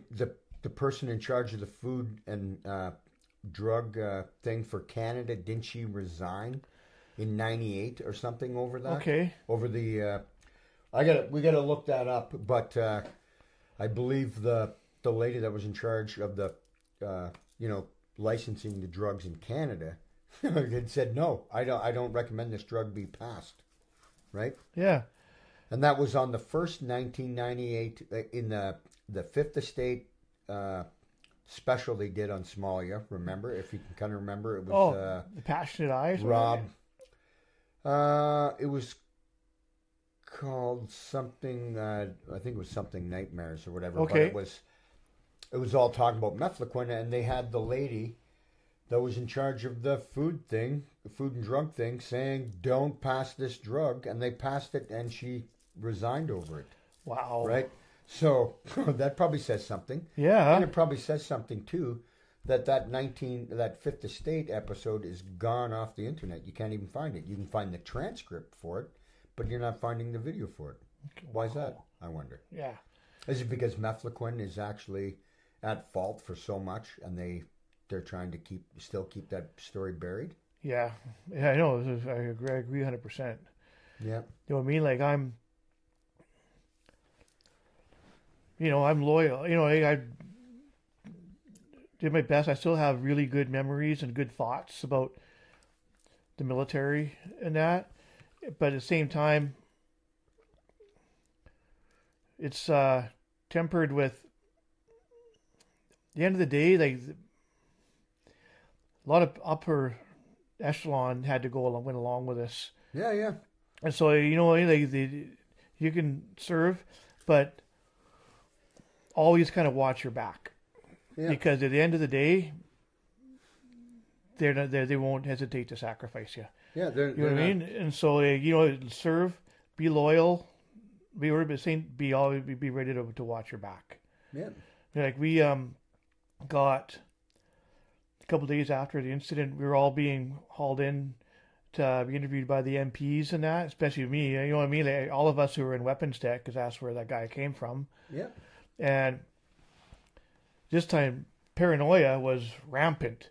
We thought for sure that every single person above a certain rank was just out to sink us all. Yeah. And so I remember going into an interview with the MPs. I think it was MP sergeant or warrant officer. You know, this is I'm a corporal. Yeah. And I'm talking, you know what I mean? Just imagine like my state of mind to do this. I had my fucking Sony Walkman tucked in my shirt. I'm going to record it. And he brings out a little recording device and says, like, okay, if you don't mind, I'm going to record this. Yeah. And I'm just like, oh, actually, I insist that we record it. Click, I brought out my own. And he got super mad at me. Who is that? This is the MP. Oh, okay, yeah. The MP warrant officer. Oh, fucking well done. You know what I mean? I was like, yo, I insist that we're recording this. Why? You got to protect yourself. Yeah, you know, well, you can tell why do you need to record it? I said to make sure your version doesn't get edited somewhere down the line. Yeah. Where all of a sudden I'm saying things that you're taking my words out of context. Yeah. And he's kind of okay. So he let me do it. You know what I mean? Just to show that, okay, but don't think that I'm going to let everybody do this. So okay, yeah. Whatever, I got it. And a lot of guys too, like if we were going into an O group, whatever, you record it, even though which is like totally against what you're supposed to be doing. You know what I mean? You're not supposed to have anything written down when you leave there. But when you think there's a witch trial going on, all of a sudden there's always at least one guy with the recording it. Yeah. In case shit goes down later on, you can say, no, wait a minute, this is what I was told to do. Yeah, that's what I said. Yeah. Or that's what they said to me. Yeah, exactly. Yeah. You know what I mean? Maybe there was no witch hunt, but that's just what's going on in my head. Yeah. Yeah, that probably definitely didn't help, or didn't help. Now, when you stopped taking your medication, was it prior to that incident, or was it after that incident? I think it was prior. Okay. It was. I think it was probably. I'm gonna say probably early February. Oh no! Right. I stopped taking it. Yeah. And that also says something, right? Like if people are stopping to take it, you took it for a month or a month and a half, 6 weeks, and now you're not taking it. Yeah. Right? Is it the shit that you're seeing? Is it the shit that you're feeling? Why is it that so many people stop taking the drug? And I wish I was smarter, but I'm not. Right? No. It's like I just like, man, I was too. I listened. I thought whatever they said was that it was safe, right? And then I did it. Never thought there was anything wrong with it. Or even again I took it again in 05, 06 because I thought I was safe. Yeah. Well, at the same time, like you're part of the. You're in the system. You kind of go. Sometimes the same thing. Sometimes you have no choice. You have to go along to get along. Yeah. You know what I mean? And I know for sure if I would have had no choice, someone would have stood over me and said, "You will take that now, or else you're going home." Well, yeah, I would definitely would have taken it because I had no way that I want to go home. Before everybody else. That almost shows your own leadership saying, when here's your pill, go take it. Yeah. Whether you want to take it or not, because maybe they weren't taking it by then either. Yeah, it was exactly. You know what I mean? You know what I mean? And that was it. And maybe, yeah, I don't know how far that went, but I know sometime I saw, I heard of section commanders who were doing that. Yeah. Who maybe the section commander wasn't taking it himself. Who knows? And maybe, who knows? Maybe some were, some weren't. Yeah. And but there was a couple of saying, "Hey, you're all grown boys. Make up your own minds of what you're going to do with your life." Yeah. You know what I mean? Yeah. And then everyone made up, and then no one. I didn't ask anybody if they did or didn't, and continued taking it. And you suppose, I'm pretty sure I'm not going to get malaria now. Yeah. But at the time, it's like no one say nothing because, if all of a sudden you get malaria, and someone finds out that you never took your pill. Yeah. Yeah. Yeah. And so. Yeah. Yeah. But I have to look like, if people stop making double checking, it's because they were saying, "Motherfucker, this can't be very good." I'm guessing. Yeah. That would be my thought. Oh, right? absolutely. For people to stop taking it, I never stopped because I'm like, man, other people have nightmares. I wasn't having nightmares, so it didn't bother me. Yeah. So I didn't care. I once again, like I said, I thought the diarrhea was from the rations, and the lack of sleep was because of the heat. Yeah. And and I'll tell you right now, there's all kinds of, there was, you'd see people kind of fucked up, and it's like, I don't know what's going on, kind of. Yeah. Right? There was yeah. And at the same time, I mean, you're trapped. Yeah. Because you're military, you're supposed to follow orders. Yeah. When orders is take this pill. Yeah. And I know damn well if I was going to be on the, I'm about to deploy to Afghanistan for the first time. I haven't been in there in a while, and I get told that you got to take this or you're not going. All your buddies are going, but you're going to stay behind. Like, give me that pill. Yeah, you know what I mean? Damn right, I'll take it. You know what I mean? I wouldn't even have hesitated. Yeah. You know what I mean? And maybe not the first time, but maybe when you had to take a second one yeah, again, you might yeah, say, "Oh, yeah, I had nightmares yeah, again." exactly. As I said, guys want to do a good job. They want to go over there. They want to serve, and they'll kind of willing to roll the dice. Yeah. Spin the roulette wheel. Yeah, yeah. Yeah. Yeah, that's because that's what it was. Yeah. For some, right? Yeah. Like, people had some pretty vivid dreams. Richard Schumann dreamt that he shot himself, that he seen the hole in the back of his head, that he did all that, and then he kind of came to and he had his rifle in his hand or whatever. Holy right? shit. So, all of, the drug is bad. Why was it banned? Why was it banned? It was banned in the UK before the US. Then the US banned it. And in 2015, the drug was labeled a drug of last resort. Mm-hmm. Right? Yeah. So, for what they know now, and judging by the fact that you had gotten one of the sheets that talked about the side effects, and it was a page and a half. Yeah. They already knew. Yeah. Most of it. Yeah. Right? Yeah. And yet they still gave it. They still had to go out with all those problems. Yeah. Then what was then were they giving it for malaria or were they giving it for something else? That would be my question for the drug, right? One kind of hypothesizes other reasons for the drug. Yeah. Well, it's funny. Like I think we're kind of like lab rats. That whole thing for not just for Mefloquine, like this is like the biggest operation that Canada, Yugoslavia had just started. I think they'd already been, I think 1 or 2 rotations through there by the time we went to Somalia. Yeah. Of units, but this was like the big thing, and like wow, this is in an austere environment, and we're gonna get to test out all kinds of stuff. So remember when they gave us those? We went there with the green combats. Yeah. Yeah, we got. Then they gave us basically combats that had been dyed tan. Yeah. And we wore those. Turned out like, okay, test this. And it's hilarious because that stuff they actually glowed in the dark. Oh, yeah? The combats. Yeah, Those cans. The desert ones. Yeah, right? yeah. And we're going, okay, like, you know what? I think I want my green ones back. You know what I mean? I roll around in I'll just pour some Coca-Cola on myself and roll around in the dirt and I'll blend in. Yeah. Yeah, and everything, the rations and everything like that.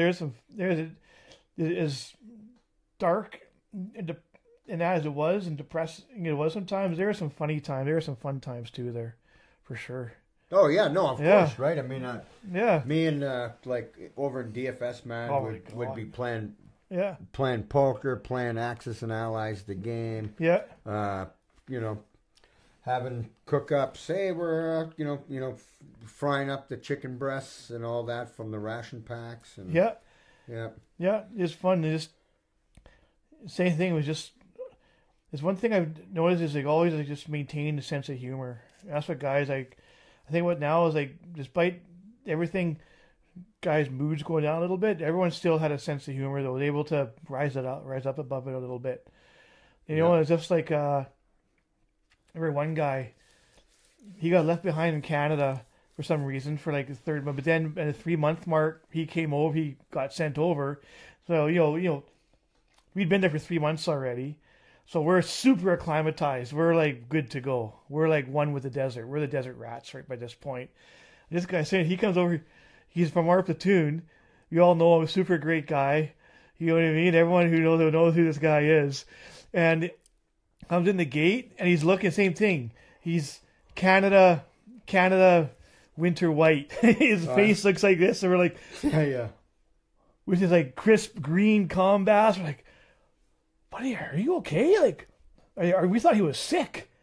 You know, something he thought he had the flu or something like that. Are you okay? He's like, I'm okay. Like, man, it's a little hot here, eh? Just a little bit. And then then that night he was like totally in a whole new. He was like us like 3 months ago in a different world.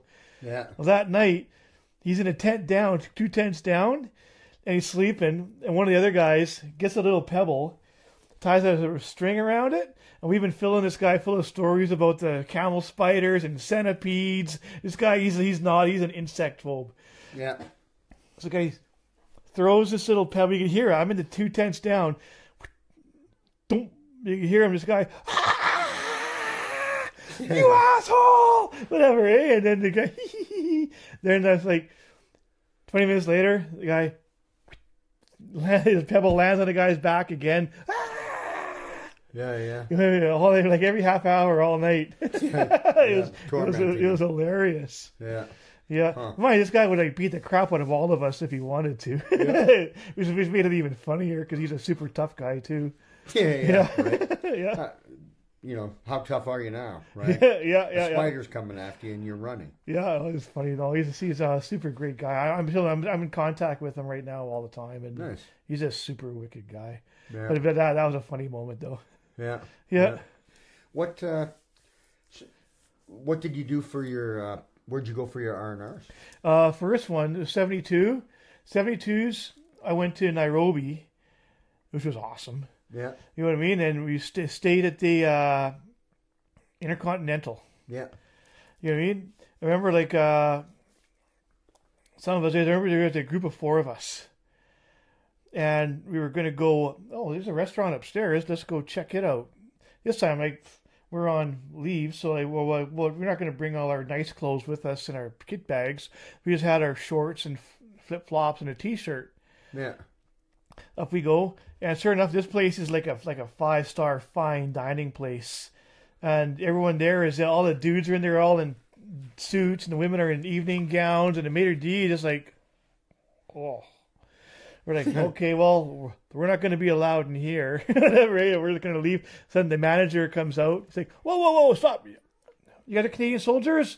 I go, yep. That's us. He's like, no, you guys can come in. You know what? Normally, dress code, but we know you guys don't bring your fancy clothes from Canada. Nice. Yeah. He said, you tell all your guys down there that they're allowed that don't worry about the dress code. Just make sure what you're wearing is clean and, wear socks. At least, you know what I mean? Okay. Yep. Yeah, so we're allowed to eat there. I remember I had like duck or, going from like eating ham omelet in the morning to having like duck all orange for no way. for dinner, having the IMP. Oh, Yeah, that was awesome. a little bit of Grey Poupon, stuff like that, eh? Yeah, Huh. yeah. And then Do you remember, what was the name of that one? Do you remember? the hotel. No, the restaurant. I don't know what the name of it was, but it was right on the top of the Intercontinental. Oh, okay. Yeah, it was a hotel restaurant, and so they realized pretty quick that we have too many guys here to turn away. We can't turn them all away. Yeah. They'll break the rules for them. Nice. Yeah, then for my 2 weeks, I went to Mombasa. Oh, yeah. That was awesome. nice. That was wicked. At Every the Reef day. Hotel. Or Yeah, whatever, yeah, wasn't it? yeah. That's right. That's right. I sent a couple of photos of the beach. Oh, nice. There. Yeah, Yeah, yeah. I sent a couple of them, and did my open advanced open water dive course along with a couple other guys. Yeah. And that was super fun. I didn't realize we were swimming around sharks the whole time, but we never saw anything, so that's all good. Yeah. And that was super fun. And we did our night dives too. Huh. And just partying at night and going to town. I did my dive course in Mombasa. Yeah. That's super fun. It was that British guy ran it. Was it a British guy? I think so. Something Yeah. like that wasn't. Yeah. Yeah. I can kind of picture it. And then I think there was like a RCD officer that was attached or something. He's a lead That was officer. helping with the diving, right? Oh, okay. Or because we had the Belladwayne Dive Club or something. Oh, okay. That they started, right? Yeah. That was then you go and do your course and whatever. But Yeah. No, that was wicked. Remember diving like there's a couple of senior officers came along on our dive. I was supposed to be for the course. We're paying for the dive, and these guys come along. They're already certified, and so the dive master, the guy who ran it, diving at night, everyone has got their chem light attached to their tank. Yeah. And he said, everyone, make sure you stay together. If I turn around and if I give the signal and I can't see somebody, then we're all going to the surface and getting out. Huh. But everyone has to stay together. No going off on your own. Everybody stay together. Yeah. And sure enough, we go. And sure, the guy looks around and everybody up to the top. So we all had to get out. Sure enough, the guys who he had to get out was the guys who were on the course, all the core 4 or 5 guys. Sure enough, it was the 3 senior officers had all broken off from the group. And so he's looking around. He's looking around. Instantly, you could see them swimming around the boat. You can see these 3 chem lights all in a line. So this guy, he jumps in the water, tells them to come up, and he's super angry with them. He's like, "What did I say about you? Well, did everyone stay together?" And one of them is just like, I know what I'm doing. I'm an experienced diver. And no, but I don't care how experienced you are. I told you to stay together. You have to listen to me. And all this say. And this guy, he's looking at us. And he looks at the dive master. He's like, I don't think you should be talking to me like that in front of these guys. I'm these guys, like one of these guys as commanders and all this say. And this guy that's in the Brit, he loses a gasket. Commander, you should be paying for these guys' dives. You ruined their dive. Okay, Mr. High Mucky Muck, you should be paying for their dive right now. Oh, no, yeah. You know what I mean? It's like so that was a funny story. Yeah. Yeah. But the time 3 of us went out snorkeling, and we managed to sink the dhow that we were in. The catamaran. We're out. All of a sudden, okay, everybody hop off the boat. Well, we didn't think to do it one at a time. It's just that the catamaran with one thing. We got off, all 3 of it at the same time over the side that doesn't have the catamaran, the pontoon on it. So the whole thing goes up, whoop, under the water. And so the boat's just like sinking. It's like floating about 2 feet under, below, just floating there. But then everyone, we're like, oh no, what have we done? And the captain and the owner and his assistant are freaking out. Yeah, yelling in Swahili, like, what have you done? What have you done? And we don't care. All our stuff is floating away. I mean, like right now, like my Chicago Bulls T-shirt is in the belly of a shark, probably, whatever. Eh? Yeah, One guy lost his camera, another guy lost his flip-flops. So we're just trying to grab our stuff, and then realize we can't touch the bottom, and so we start. What are we going to do? And it turns out the owner and assistant, they can't swim, so they're holding on for dear life onto the mast. Yeah. And so one of our guys, the smart one, let's just start rocking it back and forth at a little bit of water so that just the tip comes out. That little bit of water. So for about 15 minutes, we just rocked it back and forth so that enough it came out so I could float up a bit. And that time we managed to pull in a bit so our feet touched the bottom. Yeah. And then we pulled it the rest of the way in and sloshed the rest of the water out. This guy was mad. He's like, that's it. That's the second time you Canadians have done this to me. He said, I'm not taking out any more Canadians. Maybe he's got to be more, give more direction when you're getting out of the boat. Yeah. One at a time. One on each side, you know? Yeah. Yeah, that was funny, though. Yeah.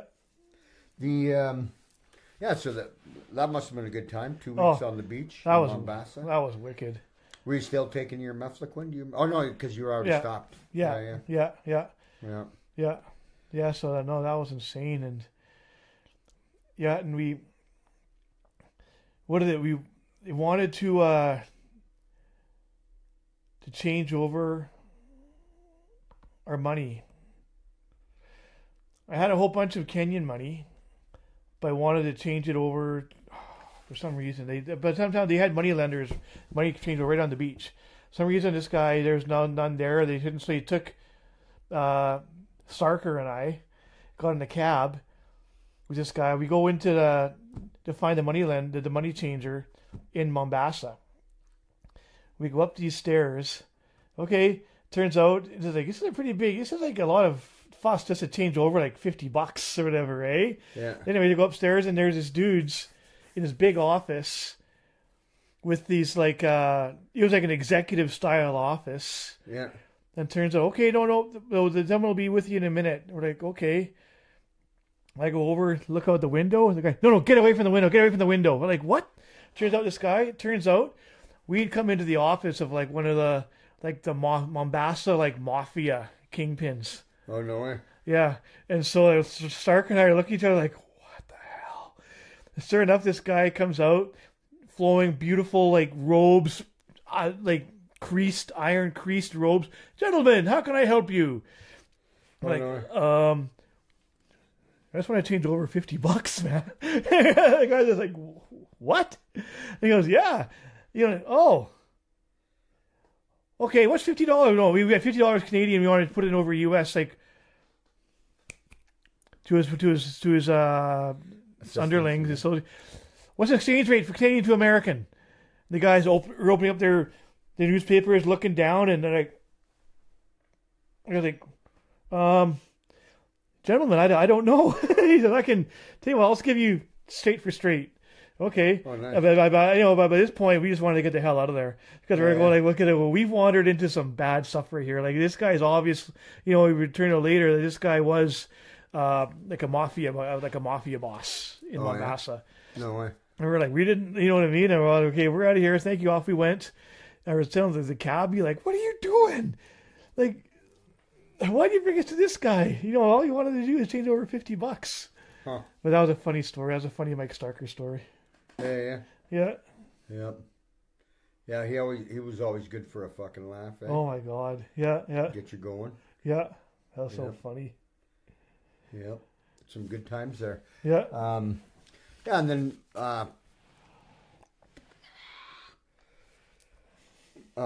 any monkey stories from Somalia?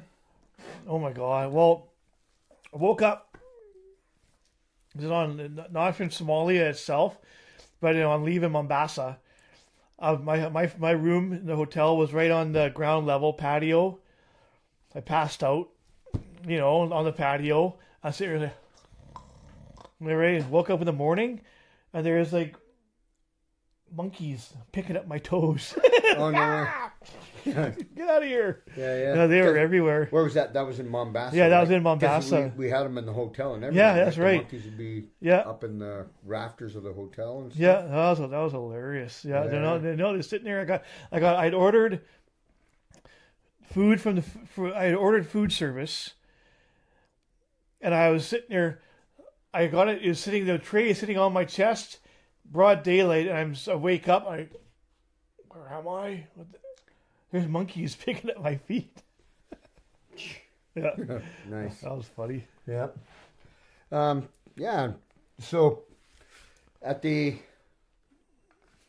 when did you end up going home? Like back to June 3rd. June 3rd. Yeah. Like, do you remember what chalk or Yeah. first, one of the first ones? Or? We had left. This is another funny thing. Whenever you come back from a tour now, I've heard Somalia's the only tour I went on. For other tours, I know you do a week or 2 weeks disembarkation or whatever, or decompression. Leave, whatever, eh? Well, they're we did our decompression leave in Mogadishu. Yeah. If that's decompression. Yeah. So here, so what are we doing? Well, we're going to hitch a ride on convoys and patrols. Okay, yeah. And you know what I mean, and get into the fight of it. You know what I mean? So we're on convoys, running back and forth between the port and the airfield, and for like 2-3 days before they realize what we're doing. They said they put a stop to it and say, "Stop! You guys are supposed to be relaxing. Like you're done. Like basically, you guys are not allowed to leave the beach for the rest of the week." So okay. So we spent the rest of the time on the beach.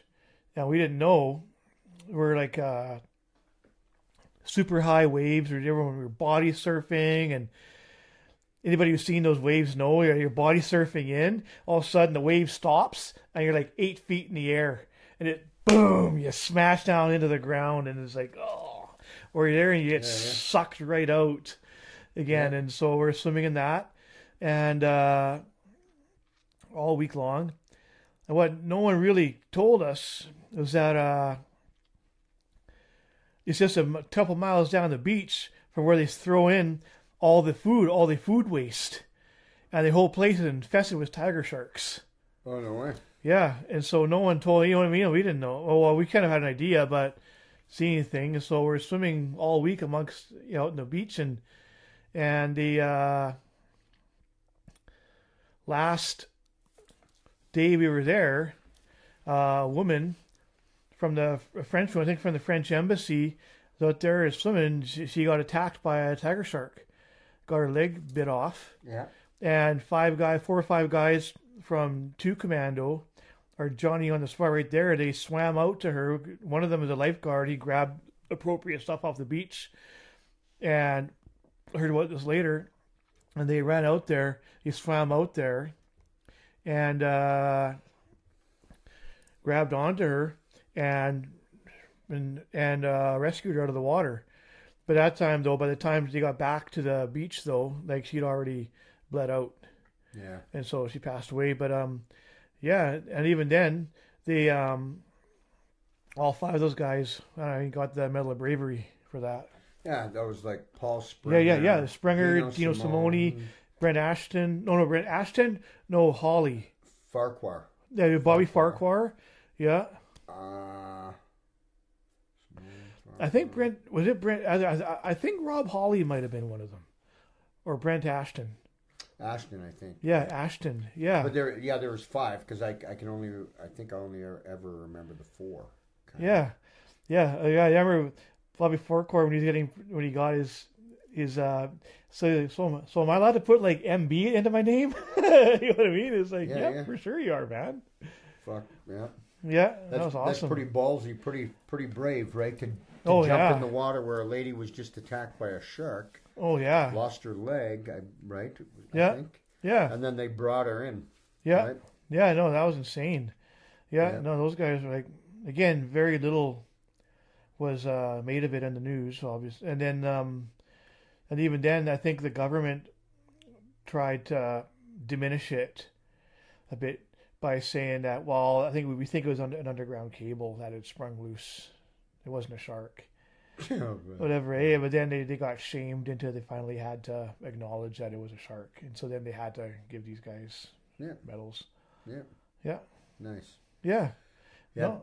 You know, and even like, say, Springer, he ended up also with a mention in dispatches. That's right. In Somalia, right? For defending the, is it ICRC or something like that? Yeah. Well, I think like one of the NGO guards, probably on cat, because we had there, we were talking about mefloquine for us. Well, for the local, they had cat.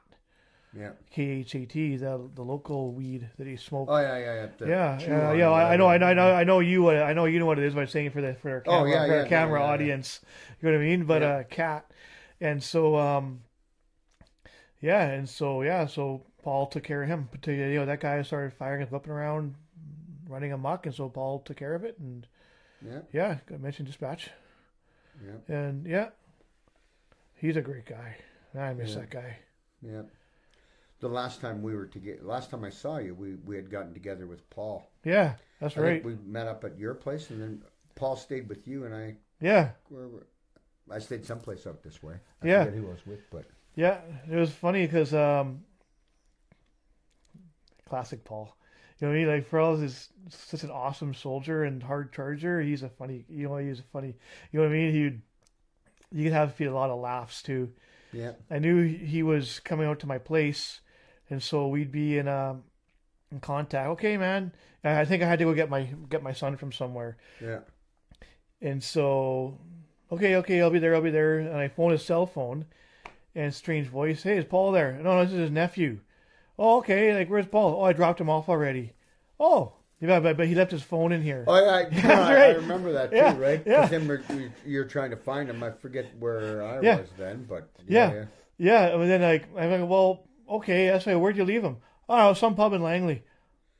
Okay, Langley's a pretty big place. Like, area-wise, Langley's probably the size of Vancouver. And he doesn't have a phone. Yeah, so, sorry, this is to his nephew. I think you gotta narrow it down a bit. And so, turns out, I think it's someplace called the Trading Post. It's just sheer fluke, dumb luck. It's 500 meters from my house. Oh, no way. Yeah, out of all of Langley, of like Township of Langley, City of Langley, I was like, okay, I got it. Yeah. And so I phone up, so I pull over, phone up, look up Trading Post, phone him up, and the guy, hello, Trading Post. Hey, is there a big native dude there named Paul? He's like, oh, the big native dude named Paul. The guy, I didn't even get the words out of my mouth. The guy's like, it's for you. The Paul, like, Mike, I knew you'd find me. Yeah, no worries, man. I'll be there in 10 minutes. You know what I mean? Okay, and there we go. And we had met up there and had a few and made our way back to my place and had a few more. And then you came by the next morning and off you guys went on your next adventure. I'm trying to remember where me and Paul took a drive somewhere. Did we go to Calgary? No, you guys were going to Whitehorse. Oh yeah, that's right. We were going to Whitehorse with Dan Pullman. Yeah, to meet him. Yeah, that's right. Up on Air North. Yeah, that's right. I still got that video somewhere of you and him in your old truck pulling out of my driveway. And see you later. Send that to me if you. Or okay. I'll have to try to get it off. Okay. Yeah, for sure. Yeah. Because I remember you guys were in Dawson, and you guys sent me a picture. Oh yeah, when we came out of the hotel. Yeah. Picture. And I think we came out at 3, and the sun was up, and it was 3 in the morning. Yeah. It was the picture of the big mural. The Spell of the Yukon, and that's where I'd had my picture taken there a couple of times. Oh yeah, because you guys went on exercise there too, and wasn't it? Yeah, that was By there. Yeah. That was a wicked. Haynes Junction or something. Junction. No, Dawson City, but the Dempster Highway up at the Blackstone Valley. Yeah. Yeah, that was a wicked exercise. Yeah. Yeah. Yeah. So and then when did you get out of the military? I left in June of '96. Yeah. Yeah. So we got disbanded in '95. Yeah.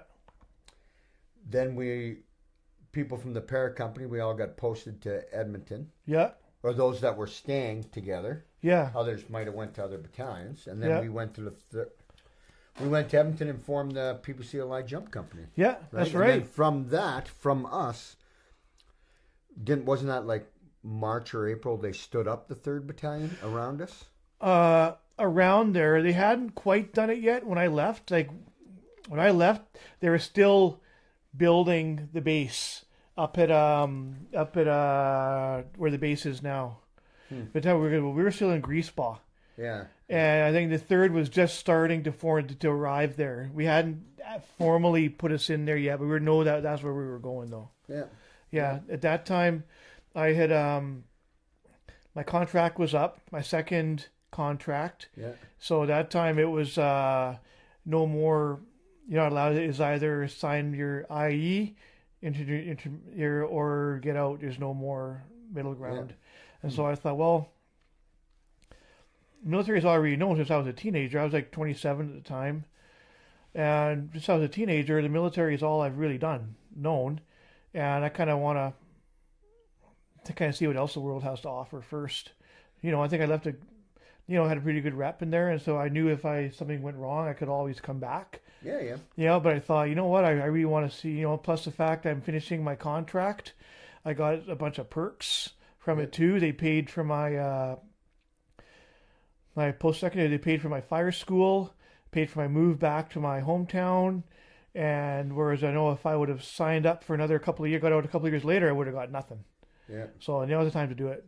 And so I did it. Got out on a Friday afternoon in Edmonton, and on Monday morning I was in Maple Ridge doing my occupational first aid level 3. Oh, no way. Yeah. And then when did you? How much longer before you got into the fire department? I got on the fire department in 2000. It took a little bit of doing. It took me about 4 years from the time I got out to that point. I didn't even really know I wanted to be a firefighter. Yeah. I was kind of like, well, I need to do something. Obviously I want to I need a career.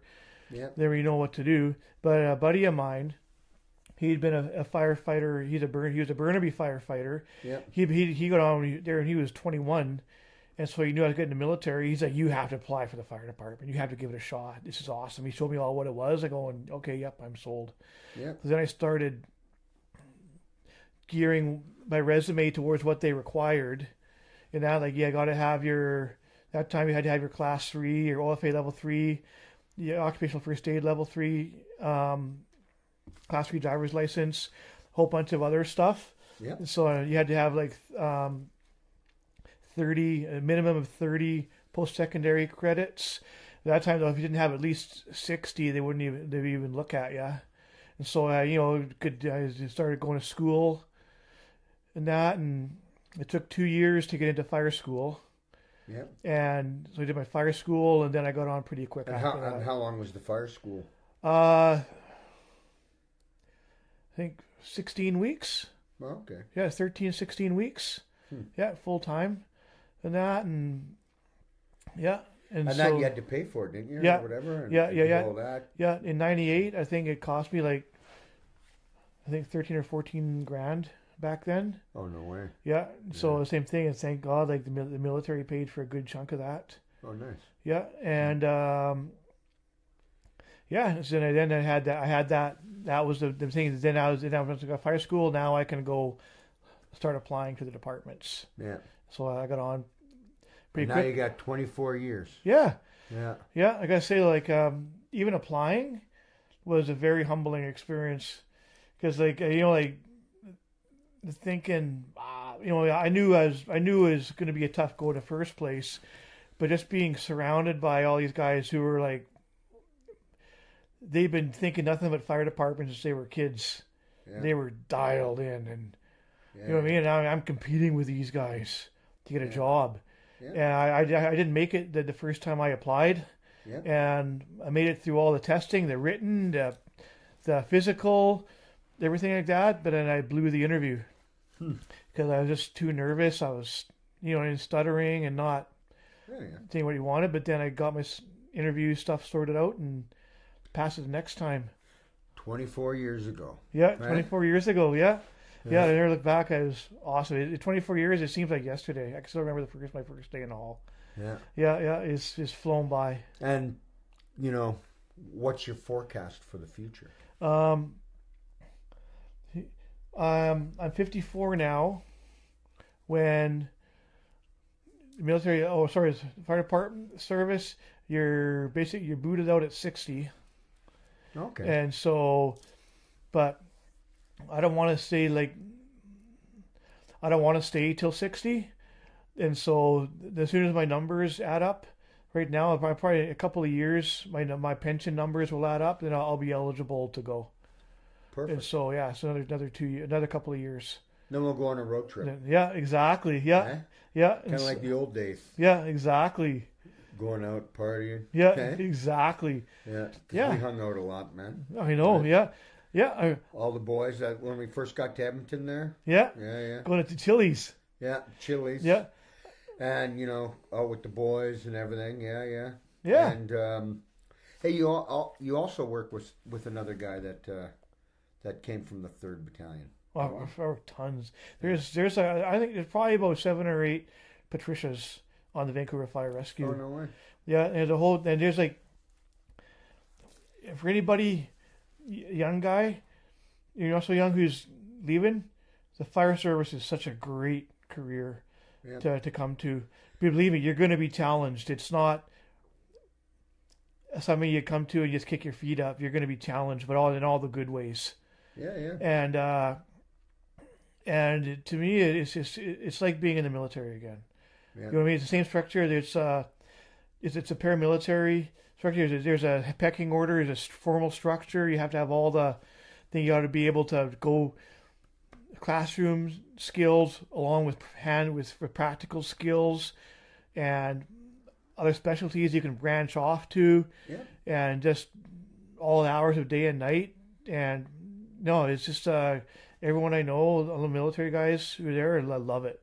Yeah. I think we got guys from the Canadian Forces, from very high level of the Canadian Forces, a couple of CSOR guys there, 3 or 4 guys from the parachute company, guys from Israel, from the military, Israel, Australia. We got like 3 British military guys. We got U.S. military, U.S. Air Force, U.S. Marines, U.S. Air Force, and we got tons of guys. And it seems like every couple of classes there's like 1 or 2. Oh, no way. Yeah, and so cool. Yeah, and so keeps it very. Yeah, and so it's good. Yep. I was going to ask you. I always like to kind of end on a positive note or have a positive note. What's one of the things that you're most proud of, or an accomplishment you achieved, or a personal best, or anything that you can think of? Or an award that you got with the fire hall, stuff like that. A couple. Not an award, because we don't give out an award.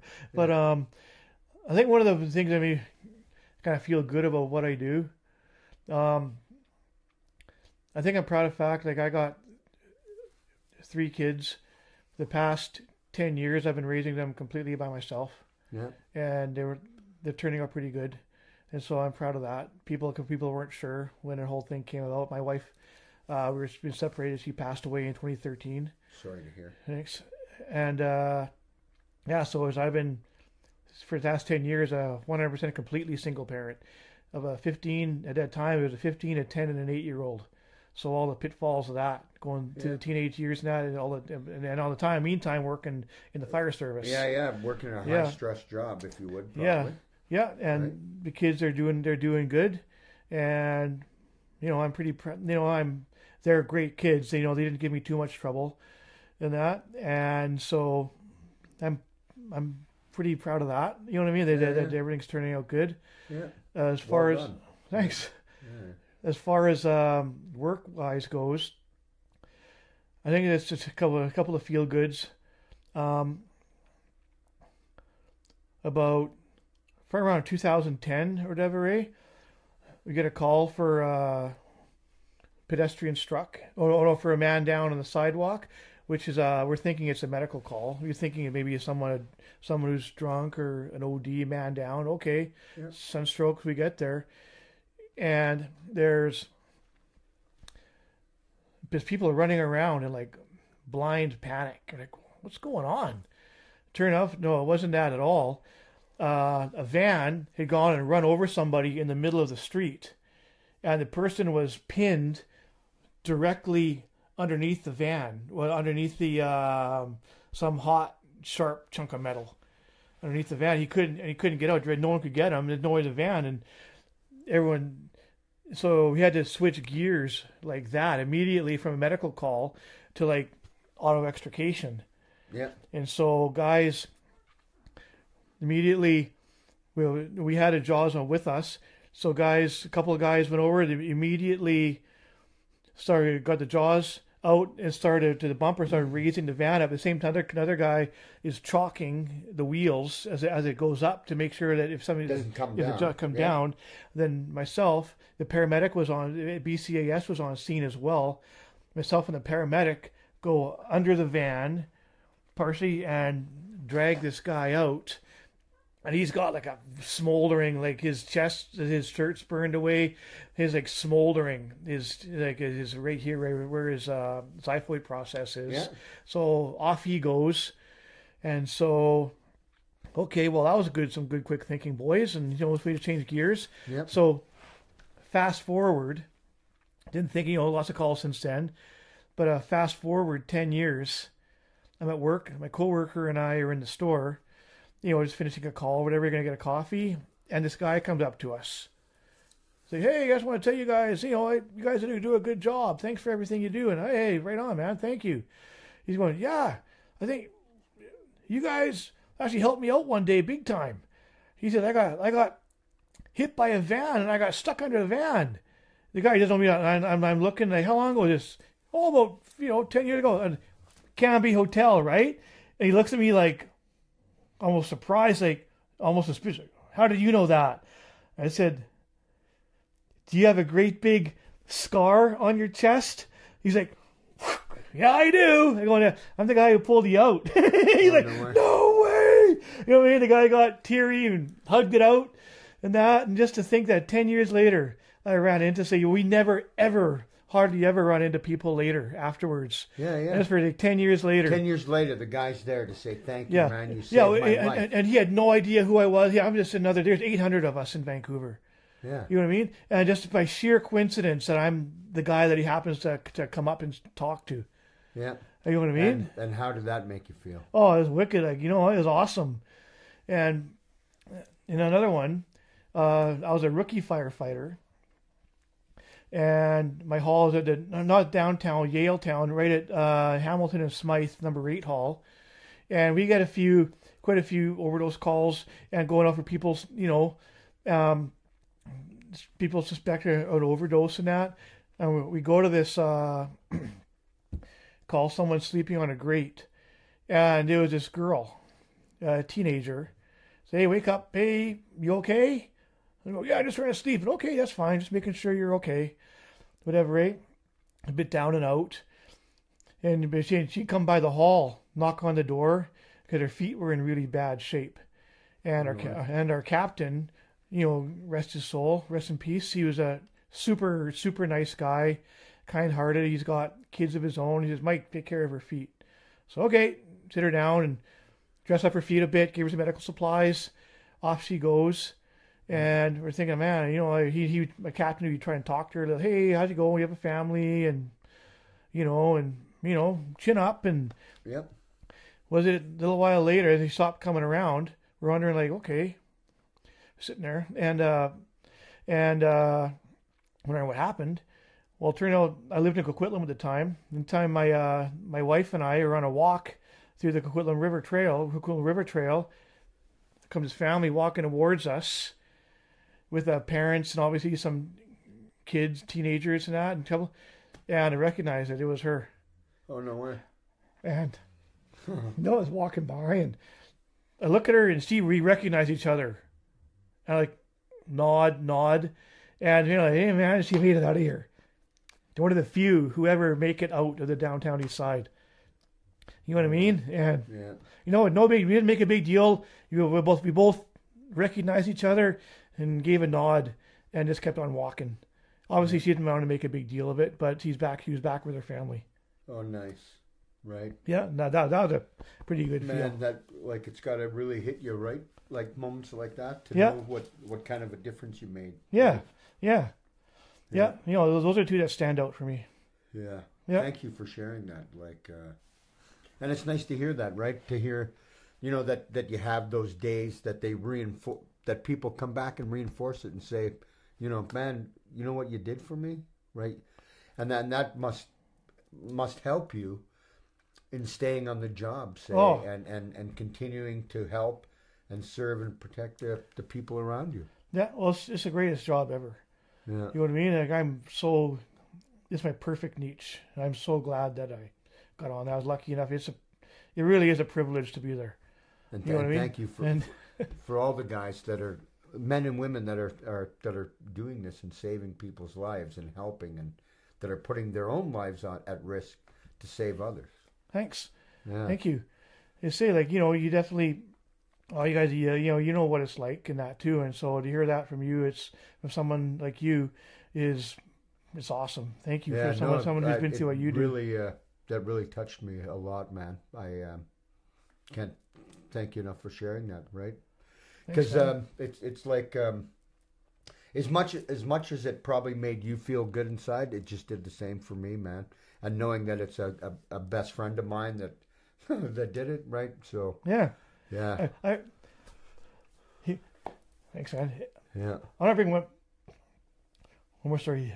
Yeah. Remember when you and I did the mortar course together? Yeah, that's right. Yeah. That was so funny. And then we went to mortar platoon together. Yeah, that's right. Because Yeah. I remember it was you, me, Dave from 3 Commando. Dave last name starts with an F.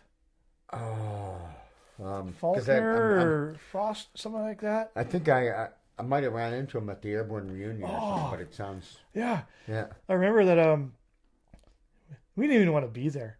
Yeah. We all wanted to be on a different course. I didn't want to be... Because it was like, I remember the Sergeant Major came in and said, Rude, you're going on your mortar course and you're posted back to the battalion. Posted back to Calgary or something, right? And it was like, really? You had to tell me both of those? Yeah.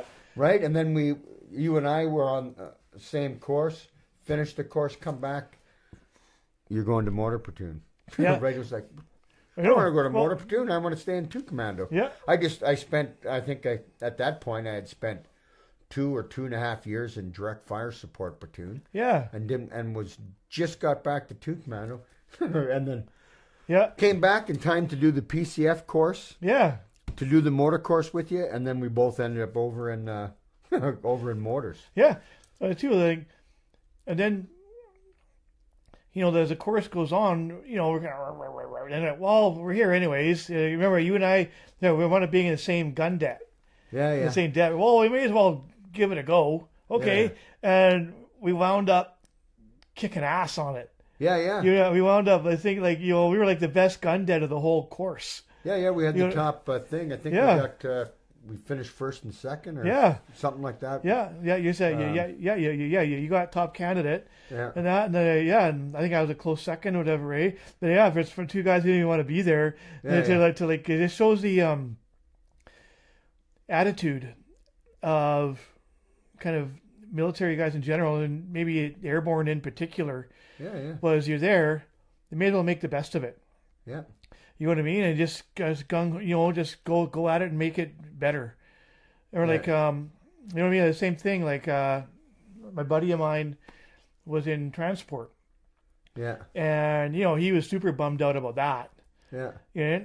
But then he's saying to me, the transport warrant officer, he didn't care. He loved having the guy from 2 Commando there. Because he knows they're going to be bitter for the first couple of days. Yeah. But then they're going to start, we may as well start, we're here, we may as well start making it work. Yeah. And by the time a couple of months go by, they're more into it than the MSC ops, the real truckers. Yeah, yeah. You know what I mean? And so, you know what I mean? That's just goes, no matter what you get given to you, the airborne guy is going to try hard. Come out on top, Yeah, or- yeah, he's going to try hard. Yeah, And yeah. make a lemon or lemonade. Yeah, Yeah, yeah, yeah, yeah, yeah. yeah. So that's the takeaway I got from that. Yep, the attitude. And we serve with some of the fucking finest soldiers. Yeah. Right? Yeah. Yeah. In the airborne. Yeah, no, it was awesome. Yeah. It was a great place to be. You know, and sadly, like 3 of the guys that we served with in Somalia and in 2 Commando and stuff, they went to Afghanistan and you know, they came home, but they didn't come home the way we wanted, right? And Yeah. We lost Francisco Gomez, we lost Von Ingram, and we lost Mike Starker, Yeah, right? And Yeah. That sucked. three beautiful guys, man. Mm-hmm. 3 great friends. 3 3 people that we hung around all the Yeah. time, right? I mean, Yeah, you know, Frank Gomez. I don't think there wasn't a bad bone in his body. The No. guy was the nicest guy, and absolutely. right. Yeah, And I miss all 3 of them. Yeah. Right? yeah. I remember Starker and Vaughn and Frank and Yeah. yeah, just great guys. And they were Frank jumping into an exercise into Fort Bragg, and I don't know what happened with his rucksack, whatever. We were using the American system, whatever. Yeah. But he's in the door, and his rucksack, boom, bounced off and fell out of the door. He's still in the door, and I realized he just went. He didn't even wait for the word; just went. And because he knows if he doesn't, It's taking him with him. Yeah, anyway. yeah, he's going to be peeled off the side of the aircraft. So off he goes. Well, his rucksack disconnected, and so his rucksack fell like 800 feet into like the big grass fire that got lit by the DZ marker, the DZ flare. Oh, You no know, way. and so we're all jumping. We're in the air like, what the hell? I'm jumping into a forest fire. You know what I mean? no. And so I got half my, Frank lost a pair of his combat pants all up. He's so he had, you know what I mean? And I have half my leg burnt off, have my pant legs burnt off. Oh, no way. Whatever. And he lost all of his kit. We never found his rucksack, just got obliterated. We never found any of his stuff. Oh, no way. Whatever. And so for, he's in our section. So for like a week, the whole duration of the exercise, he lived out of our rucksacks. And so we would take turns. Yeah. It was like, especially like me and Neil Connors. Yeah. We'd take turns. Okay, who's on Frank duty today? Okay, so today's my day to share my rations with Frank, or to share the sleeping bag because he's got nothing.